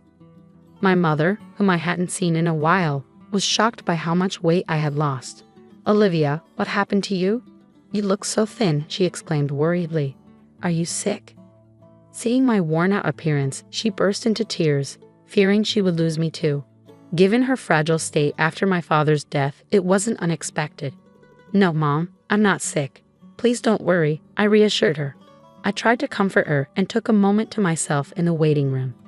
"If you're not sick, then what's wrong?" My mother's concern prompted me to reflect on my interactions with my husband and mother-in-law. Their lack of comfort or support, even during my father's death, fueled my anger. I decided to confide in my mother about the challenges I faced living with my in-laws. Actually, I've been dealing with what feels like bullying from my mother-in-law. It's really taking a toll on me, I admitted, feeling down. My mother's expression turned worried as she looked at me. "I'm glad you're not sick, but this news doesn't ease my mind. Is that why you haven't been visiting me?" she asked. "Yes," I nodded, confirming her suspicion. My mother handed me a piece of paper and said, "Take a look at this for yourself. Then think carefully about what to do next." When I looked at the paper, I realized it was my father's will. He was always meticulous, so he had prepared one just in case. The will mentioned inheritance. "It says I inherit $2 million. I murmured in shock at the large sum. Suddenly, I felt a glimmer of hope. With this, I could build my own house and leave my in-laws' place right away, I thought excitedly. Thanks to the inheritance from my father, things started looking up for me. Back at my in-laws' place, I continued with the household chores as usual. But on days when I had plans, the house tended to get messier since there was no one else to clean up. As I quietly went about my tasks, my mind kept drifting to the $2 million I had inherited. Despite my strained relationship with my mother-in-law, I still wanted to stay with my husband, Michael. So one night after his parents had gone to bed and it was just the two of us, I decided to have an honest conversation about the inheritance and leaving the in-laws' home. There's something I want to talk about," I began, trying to break the silence. Michael looked at me expectantly, waiting for me to continue. "Yeah, about my father. Actually, I've come into an inheritance," I said. "Of how much?" Michael asked. "Well, it's $2 million, I replied. Michael's face lit up with excitement. "He left you that much? That's generous. But about how to use this money?" He trailed off, indicating he wanted to discuss our options. I was about to bring up the main topic, feeling relieved that Michael seemed to be in a good mood. But before I could speak, he suggested something outrageous. "We need to transfer that money to my mom's bank account right away," he said. I couldn't believe what I was hearing. It was so absurd that I thought he must be joking. "No, why would we do that? The inheritance is mine, so it wouldn't be right to give it to your mom." I laughed, hoping he was just teasing. Michael slammed the table in anger. "What are you talking about? A wife's money belongs to her mother-in-law." His words were so absurd that I couldn't believe he was serious. His expression was stern, and it sent a chill down my spine. "I'm sorry, but I don't understand what you're saying. All I wanted to do was suggest building a house for us to live together." I tried to explain, but Michael wouldn't let me speak. He insisted on claiming my inheritance for his mother. That night, I couldn't sleep well because of the shock. The next morning, while I was making breakfast, both Michael and my mother-in-law approached me with angry expressions. "Olivia, I heard about it. You inherited $2 million, and you said you won't give it to me. Who do you think you are?" my mother-in-law exclaimed, adding to my distress.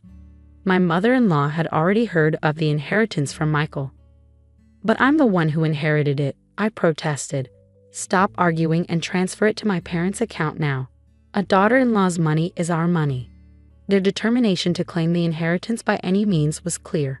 No matter how much I resisted, they continued to blame me. Realizing my resistance was futile, I fell silent.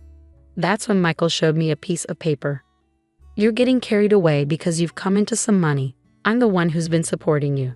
If you don't change your attitude, it's divorce, he said, threateningly. The paper turned out to be a divorce form. I've already signed it. Take this and go back to your parents' house. If you apologize properly, I might reconsider the divorce, Michael said, his tone firm. As I received the divorce form with Michael's part fully filled in, memories flooded my mind. I realized that I had never received any financial support in this house. I had been contributing equally to the living expenses, and all the household chores fell on my shoulders. Despite my efforts, they had always treated me poorly. Now they were even attempting to take my father's money. Feeling pressured to give up my father's inheritance if I stayed, being told to leave actually felt like an opportunity. Holding the divorce papers, I realized that the decision about my future was mine to make. I vowed to never surrender my father's legacy, and I made up my mind. After finishing work that day, I returned home. I'm home, welcome back. My mother greeted me with a warm smile. Despite my exhaustion, a home-cooked meal awaited me on the table. It had been so long since I had eaten a meal made by someone else. With each bite of the delicious food, tears of gratitude welled up in my eyes. Did you tell your husband about the inheritance? My mother asked. Yes, and it caused quite a stir, I replied, recounting everything my husband and mother-in-law had said to me. My mother was speechless at the shocking revelation. The inheritance belongs to you, and only you should decide your future. She comforted me gently as I cried. After being cared for at my parents' home for a week, I made the decision to return to my in-laws' house. Well, I'm heading back now. Take care, I said confidently, no longer afraid to face the challenges there. With a renewed sense of strength, I went back to my in-laws' house. Finally back, huh? Have you reflected on your behavior? As soon as I returned to my in-laws' house, my husband and mother-in-law confronted me with stern expressions and crossed arms. Yes, I apologize. Please allow me to stay in this house again. I offered a shallow apology. My mother-in-law's face lit up with anticipation. Well then, hand over the inheritance quickly, she demanded. Actually, the inheritance process is taking longer than expected. I haven't received it yet. It's a complex procedure, so it might take another 6 months or so, I explained. 6 months? That long? My mother-in-law's disappointment was evident. Well, fine, she reluctantly accepted. Both my mother-in-law and husband appeared satisfied, thinking their plan was still on track. I obediently handed over the inheritance as they demanded. However, they kept nagging about me spending a week at my parents' house. You're neglecting your duties as a wife. The house is a mess, clean it up quickly, they insisted. Despite the incredibly messy and unhygienic conditions at my in-laws' house, it was almost impressive how quickly they could make such a mess in just a week. I understood their demands. In the past, I would have been deeply upset to see the house in such a state, but now, I didn't care. No matter how much my mother-in-law bullied me or how hard the housework was, it didn't bother me anymore. I simply did as my mother-in-law ordered without letting it affect me. It's my mother-in-law's birthday, so I'll be leaving. Make sure to keep the house clean, my mother-in-law announced, as she always went on a trip for her birthday. Naturally, I wasn't invited. By the way, have you received the inheritance yet? It's supposed to come in today, my husband asked. How convenient. That $2 million can be a birthday present for Mom. Don't forget to transfer it to Mom's account before we get back, my mother-in-law added. It seemed too perfect that my mother-in-law's birthday lined up with the inheritance arrival. My husband couldn't see through my deception. Without a word, I saw them off with a smile, saying, "Take care." As soon as they were out of sight, I sprang into action, ready to execute my plan that I'd been waiting for so long. They'll be in for a surprise when they return from their trip. But I no longer have to concern myself with their reactions. Quickly, I packed my belongings and left my husband's family home behind. Wow, this is incredible, I exclaimed as I moved my things into my new home. Thanks to my father's inheritance, I had been able to build this house. I felt so happy to be living in such a beautiful place, and I decided to share it with my mother, who lives in my hometown. I felt a deep sense of relief knowing I no longer had to worry about those people. Sinking into the plush sofa, I felt content. Today was a celebration of my new home with my mother.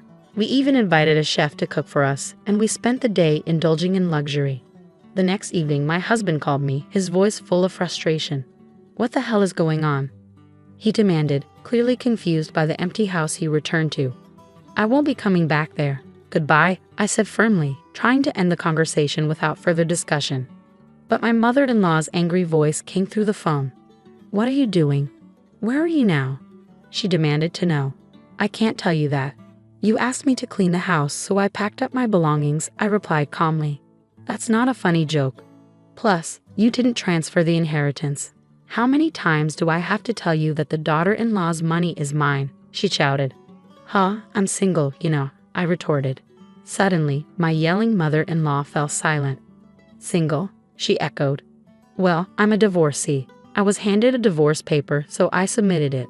I'm a stranger to you now. Goodbye," I said, ending the call abruptly. I couldn't help but laugh, picturing my mother-in-law's stunned face on the other end of the line. I felt a huge sense of relief to be free from that family. Afterward, I received numerous calls from my ex-husband. When I had some free time, I deliberately answered the phone and ignored the insults from my ex-husband and ex-mother-in-law. I made sure to record all those calls.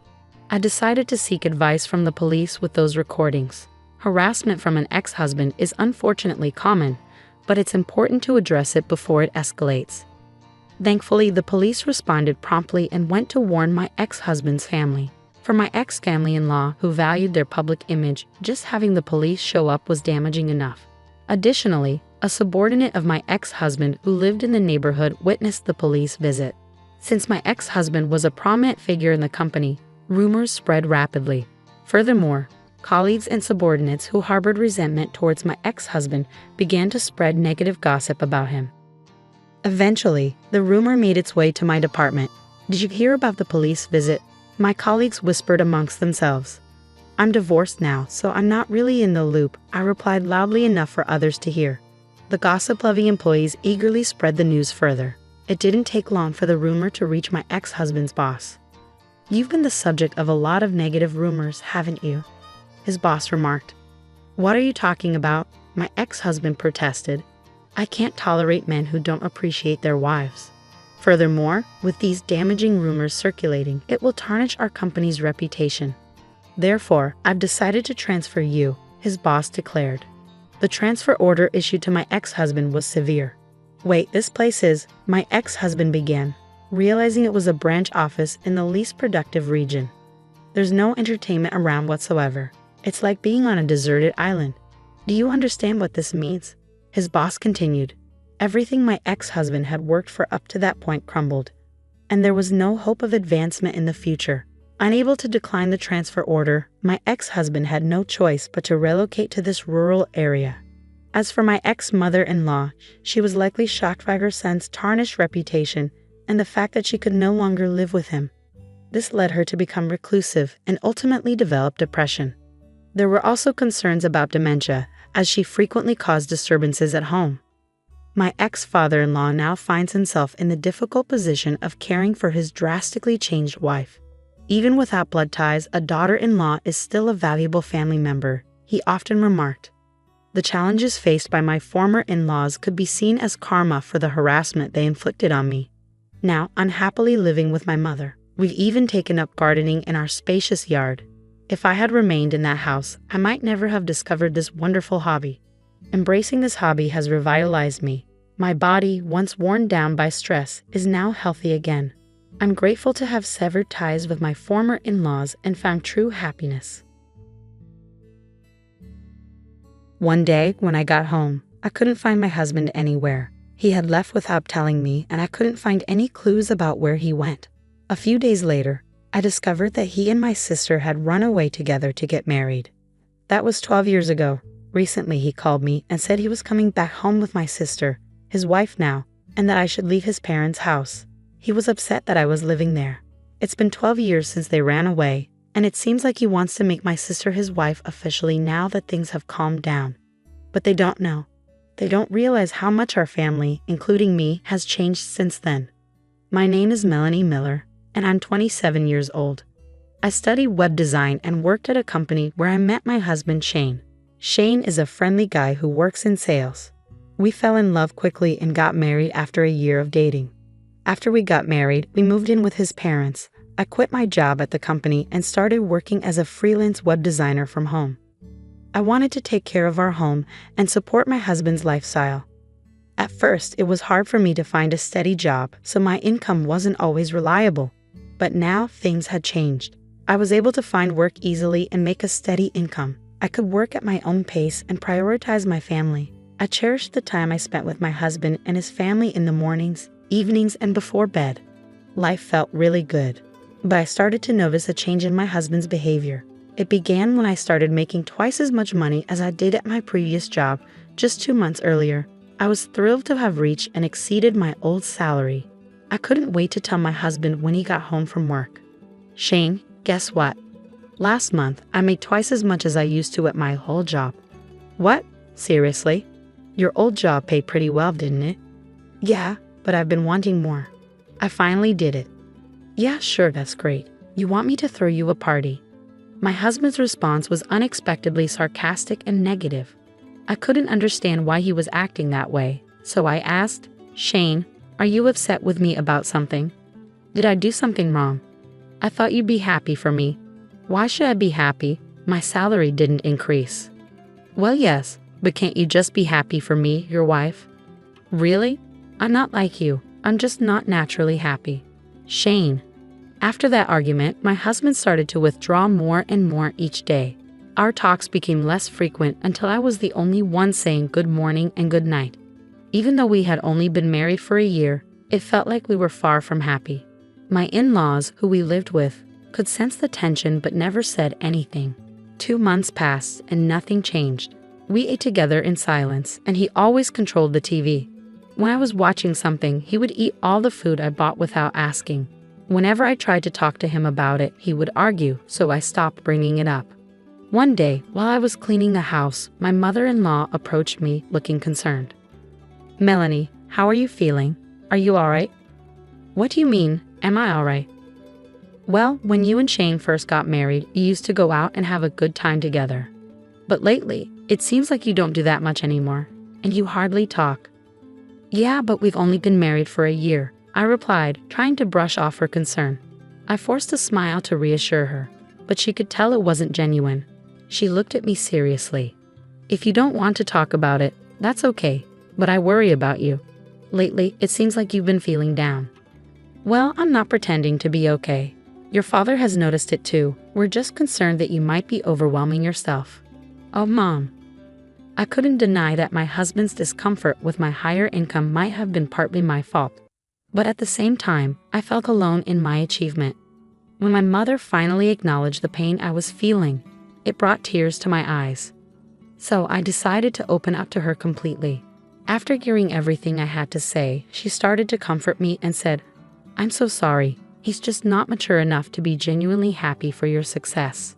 No, it's my fault. I was selfish to expect him to be genuinely happy for me. But you shouldn't have to deal with this alone in a marriage, Melanie. Keeping your feelings bottled up will only make things worse. I don't think it could get any worse. Alright, so you and Shane really need to have a serious conversation about this. Can you do that? Yes, I can. Thank you for confiding in me, honey. She smiled warmly at me. Of course. Then she gave me a comforting pat on the head. My in-laws love me like their own daughter. They've been my support. Taking my mother-in-law's advice to heart, I decided to have a serious talk with my husband. That night, I stayed up late, waiting for him to come home. But as the hours passed, there was no sign of him. He usually got home by 10 at the latest, but it was already past 11, and he still hadn't returned. Why are you taking so long? I texted him, but he didn't respond. I started to worry that something might be wrong. I tried calling him, but he didn't pick up, and the phone just kept ringing. So I waited anxiously. Finally, around midnight, he walked in. I've been trying to reach you, I began, but he just sighed loudly and looked annoyed. What's going on? Why are you still up? Well, I wanted to talk to you about something important today. About what? He replied, sounding annoyed. I think our issues started because of my new salary, right? I should have maybe kept that to myself.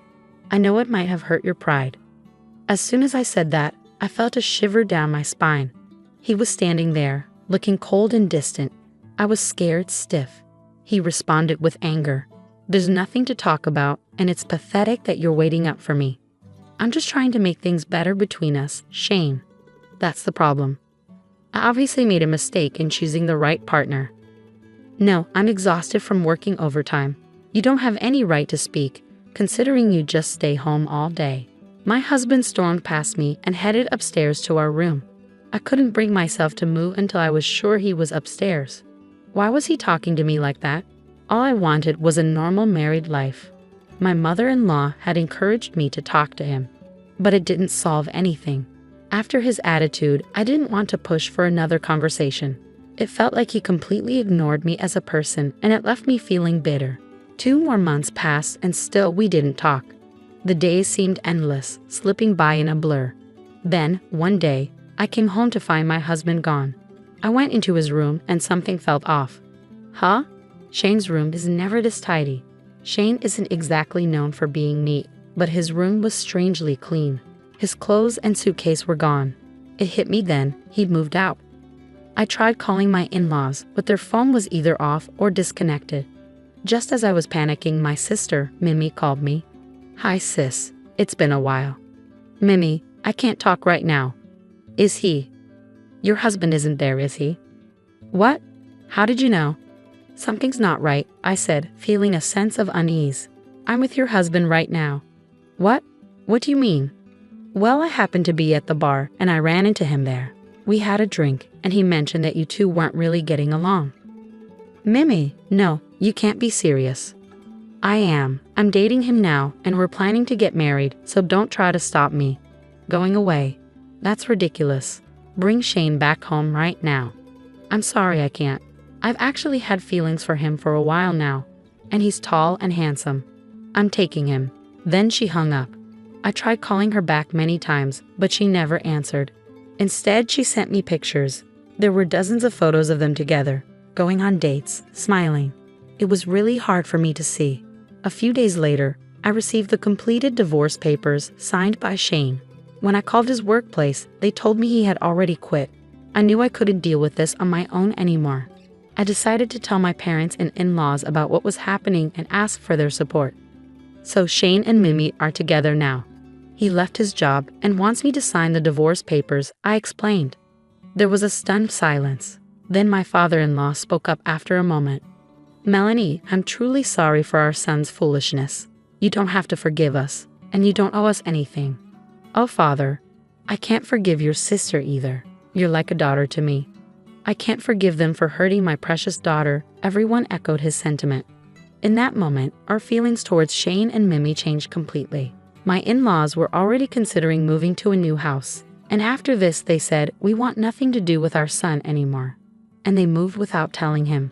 My parents also decided to cut ties with my sister. If she ever comes back, we'll act like we don't know her. Someone who would betray their own sister like that isn't our daughter, they said. So I decided to go back home to my parents.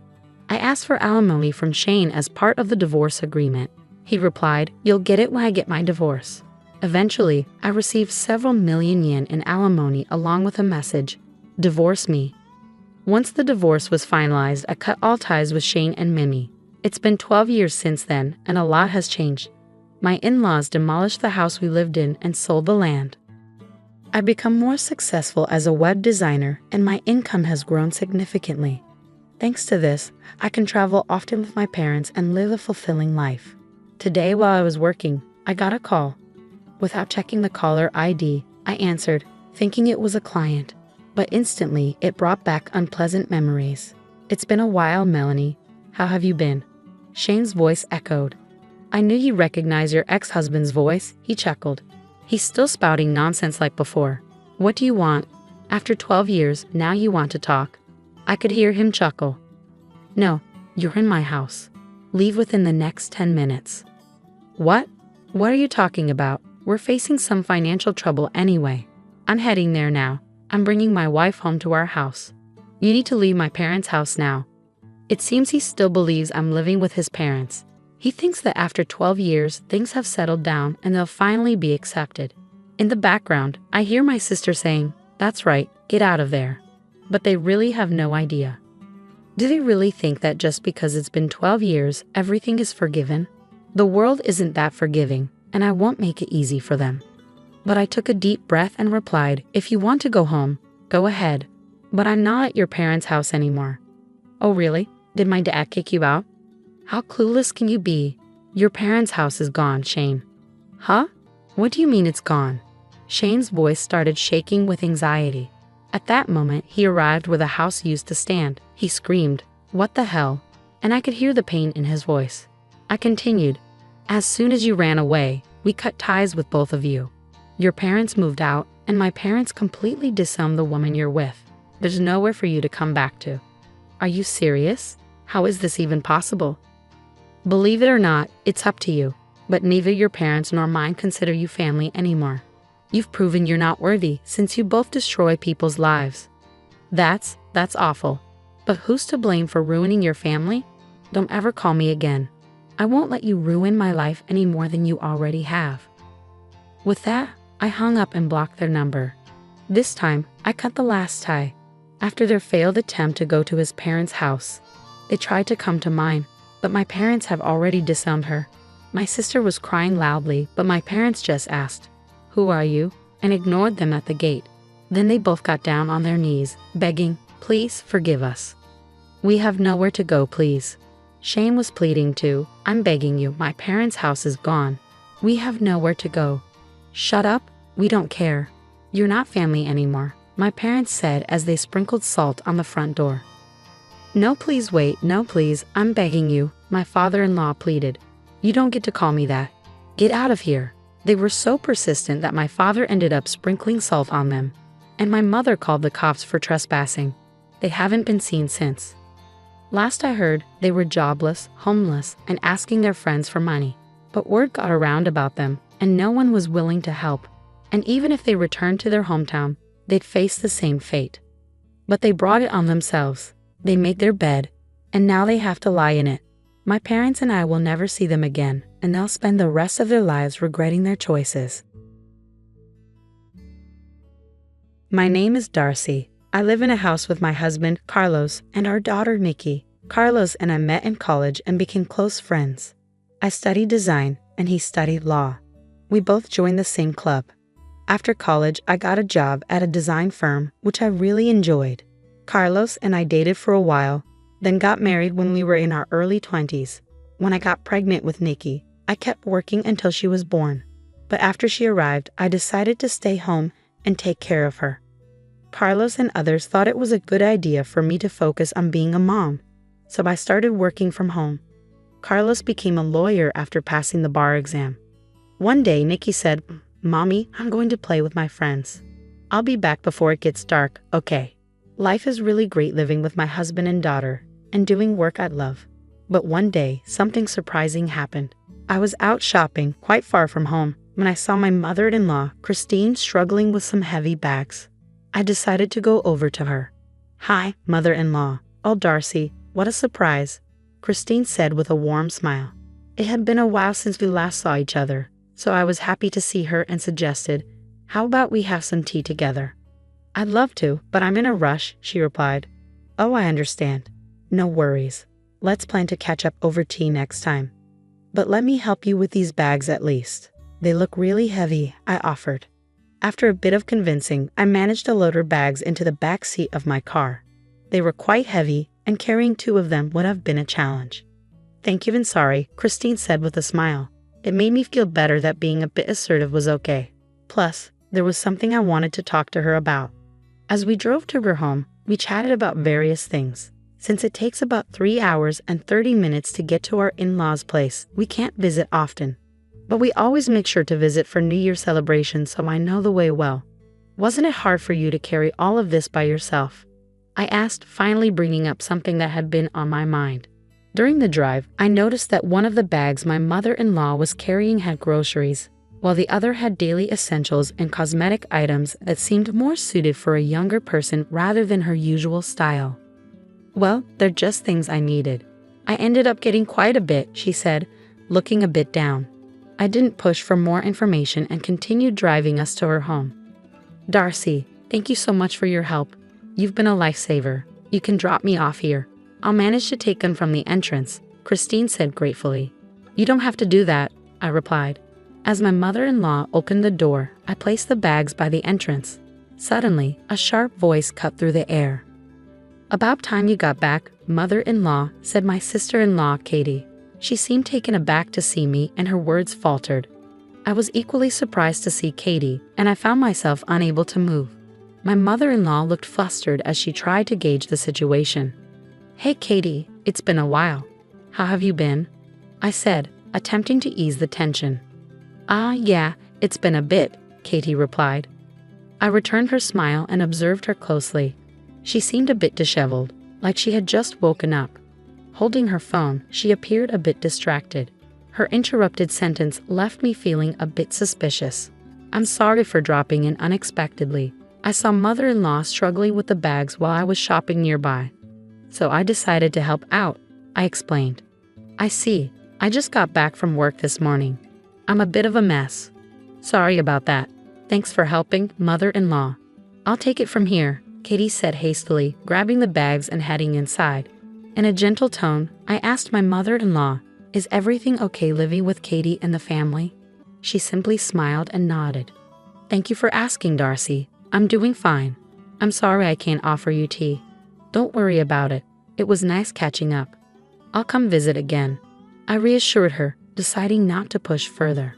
But I couldn't shake off the feeling about what I had just seen. Originally, my mother-in-law was supposed to live with us. But after my father-in-law passed away over a decade ago, my brother-in-law, Brett, had said, "We'll stay in the family home and take care of Mom." Even Carlos, my husband, had been concerned at first. I felt uneasy about the situation, so I decided to bring it up, but it didn't go well.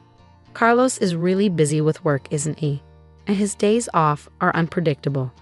I work nearby, and Katie's parents are close too, but still, my mother-in-law reassured me. "Don't worry. I caused a lot of trouble when I was younger, and I haven't done much for Mom. I want to repay her." Okay, considering what was said, Carlos couldn't really argue. So with my mother-in-law's agreement, my brother-in-law and his wife ended up moving into her house. Today, I talked to Carlos about what happened. "Really? That's concerning. I'm a bit worried now. Maybe we should give Brett a call," Carlos suggested, sensing my unease. After listening to my concerns, Carlos decided to call Brett. "Hey Brett, it's Carlos. How's everything going?" Carlos greeted him. "Hey Carlos, everything's good," Brett replied. After some small talk, Carlos steered the conversation toward the topic at hand. These calls usually ended up with Brett talking about how great things were between him and Katie, and this one was no different. "Glad to hear things are going well for you," Carlos said politely. "Yeah, we're planning an extended vacation next week. Is Mom coming along?" Brett inquired. Well, Mom actually said it's fine if it's just the two of us," Carlos responded. Carlos and I exchanged glances. It wasn't unexpected considering my mother-in-law's nature, but we did notice Brett pause for a moment. "In that case, why don't we have Mom stay with us while you're away?" Carlos proposed. "What?" Brett sounded surprised at Carlos's suggestion. I glanced at Carlos, who gave me a reassuring smile before continuing. "We haven't seen Mom in a while, and I think Nikki will be thrilled.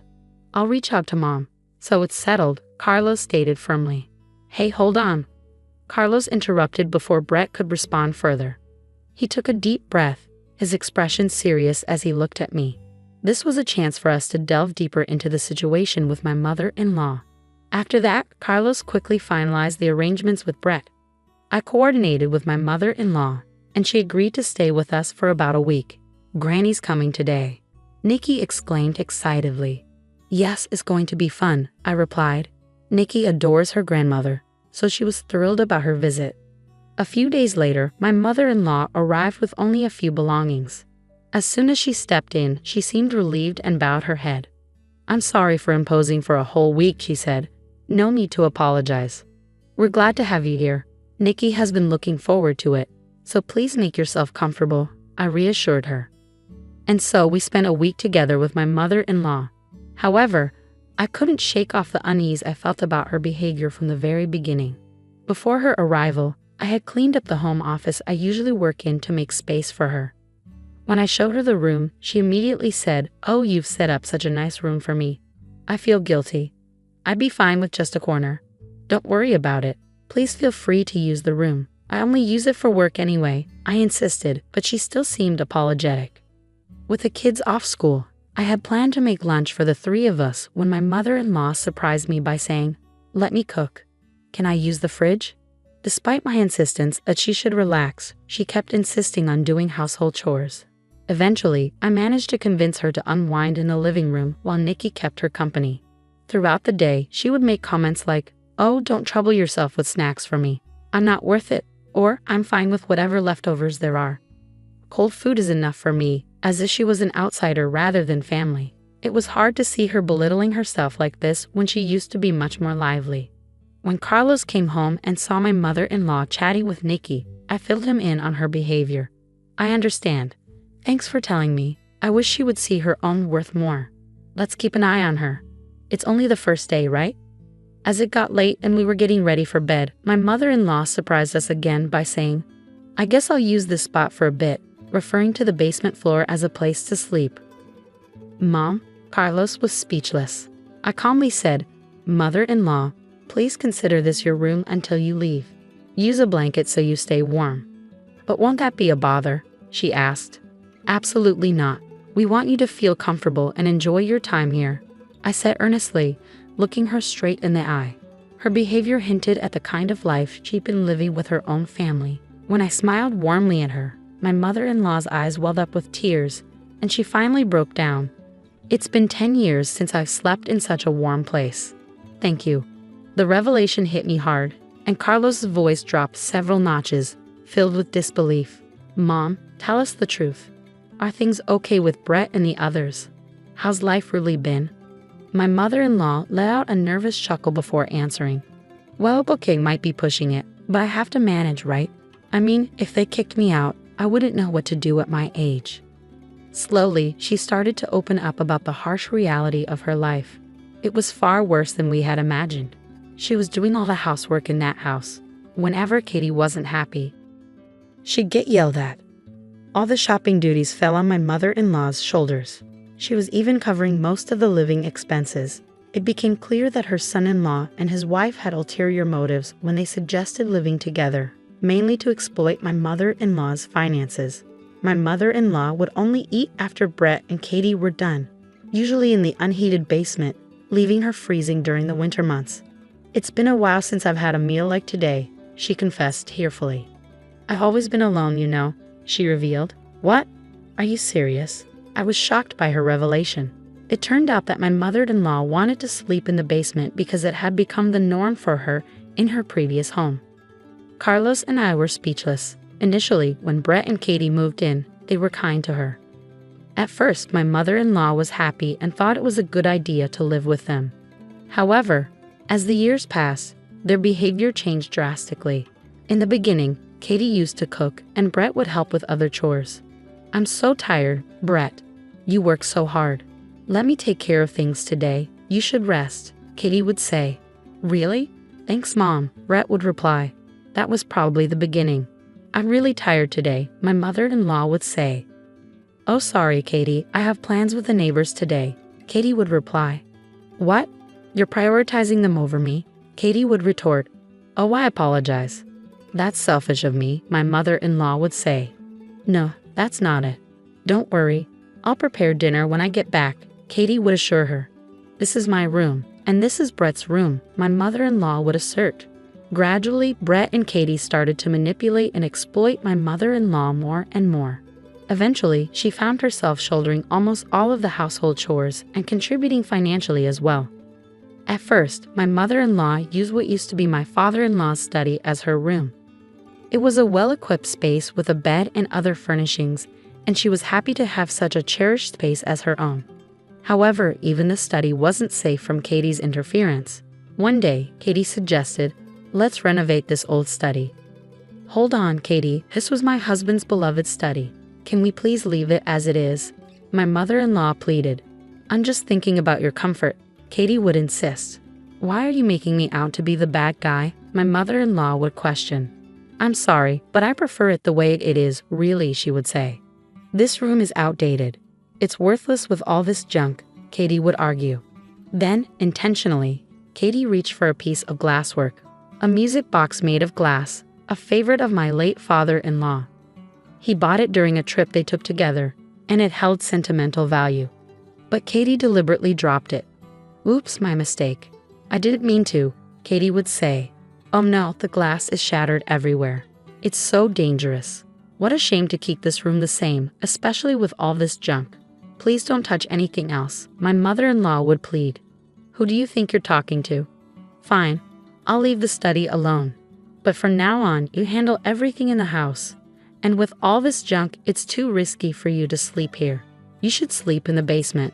Any objections? Katie would demand. In the end, my mother-in-law reluctantly agreed and had to sleep in the basement. I felt like I was going to faint hearing all these shocking stories. At the same time, I was furious with myself for not noticing sooner. I'm so sorry, Mom. How did I not see any of this? I asked, feeling guilty. Don't blame yourself. I was hiding it too. Isn't it awful? My mother-in-law replied sadly. The reason we never noticed was also because of a scheme by my brother-in-law and his wife. They only gave my mother-in-law a room when relatives visited, but it was empty, no bed, no furniture. And if she dared to speak up, they threatened to destroy her study. They only acted nice when other people were around. We didn't see what was happening because of that.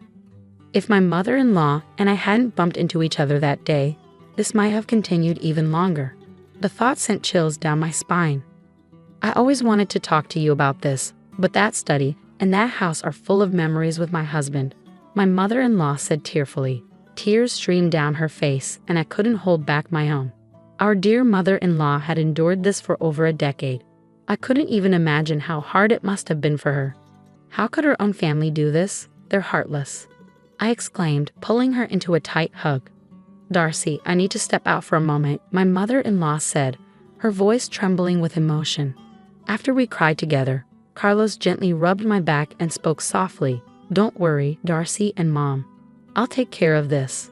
Please look after Mom, Darcy. I nodded silently. Got it. Leave Mom to me, Carlos. I hugged our worried mother-in-law again, soothing her with gentle strokes on her back. Then I turned to Carlos and said firmly, Go teach those awful people a lesson. Absolutely, Carlos chuckled and nodded, then left the house. Later he called to say he wouldn't be back until tomorrow evening. I shared the news with my mother-in-law, and we all drank warm milk, trying to lift the mood with some good stories. Nikki, who had heard the commotion, looked concerned and joined us. I wanted to replace at least some of the bad memories. Usually, I'd remind Nikki not to stay up late, but since tomorrow was a day off, the three of us enjoyed chatting until we were content. All right, that's enough for today, mother-in-law. How about joining us for some shopping tomorrow? We can buy whatever you want and eat delicious food. There's a cute dessert place that Nikki loves. Let's have a relaxing day, just the three of us, I suggested. At my words, my mother-in-law's eyes filled with tears again. She nodded slowly, repeating thank you over and over. That night, we set up an air mattress in the living room and slept closely together, with my mother-in-law in the middle. The next morning, she greeted us with the same smile she used to have when my father-in-law was alive. Good morning, she exclaimed.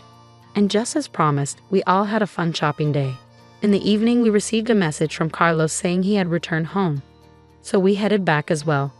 Before going inside, I had one more thing to say to my mother-in-law. Mother-in-law, we're on your side. Whatever is hurting you, feel free to share it with us. We'll always be here for you. And I'm on Granny's side too, I reassured her. She nodded silently in response. Welcome home. Sorry for leaving the house to you. Carlos greeted us with a warm smile. We're back. Everything okay? I asked. Yeah, no issues here, Carlos replied. I had Nikki and my mother-in-law wait in my home office while I walked into the living room. My eyes widened when I saw my brother-in-law and his wife sitting on the floor, their hands trembling slightly on their knees. They greeted me in a soft voice, their faces filled with apprehension. What's going on? My confusion was evident on my face as I turned to Carlos. Still smiling, he said, I haven't taken any action yet. His use of yet made me tense up, anticipating something significant. To get straight to the point, starting today, Mom will be living with us, Carlos announced. I felt relieved to hear those words. Carlos continued speaking, and as he did, I nodded in agreement. So, Brett, do you fully understand the impact of your actions on Mom? And you too, Katie, do you realize what you've put someone else's mother through in her own home? I can't say it's entirely your fault. We didn't notice it either. But you need to take responsibility for your actions. After all, you're supposed to be mature adults, Carlos spoke passionately. It was the first time I had seen the usually gentle and calm Carlos so angry. I usually prefer not to bring work matters into our home. But this time, I'm speaking as Miss Christine's attorney, not just as family, Carlos continued. His tone was firm but controlled. My brother-in-law and his wife responded meekly, yes. After several hours of discussion, several decisions were reached. Firstly, my brother-in-law and his wife would no longer be living with us. They were required to return all the money they had taken from my mother-in-law, along with additional compensation. In consideration of my mother-in-law's emotional attachment to her study and her own home, my brother-in-law and his wife agreed to move out. We forbade them from ever entering my mother-in-law's home again. Upon hearing the decision, my mother-in-law gave a troubled smile. So we're still family, right? Asking for compensation seems a bit extreme, don't you think? She said. Carlos's words caused Brett to nod so vigorously that it looked as though his head might fall off.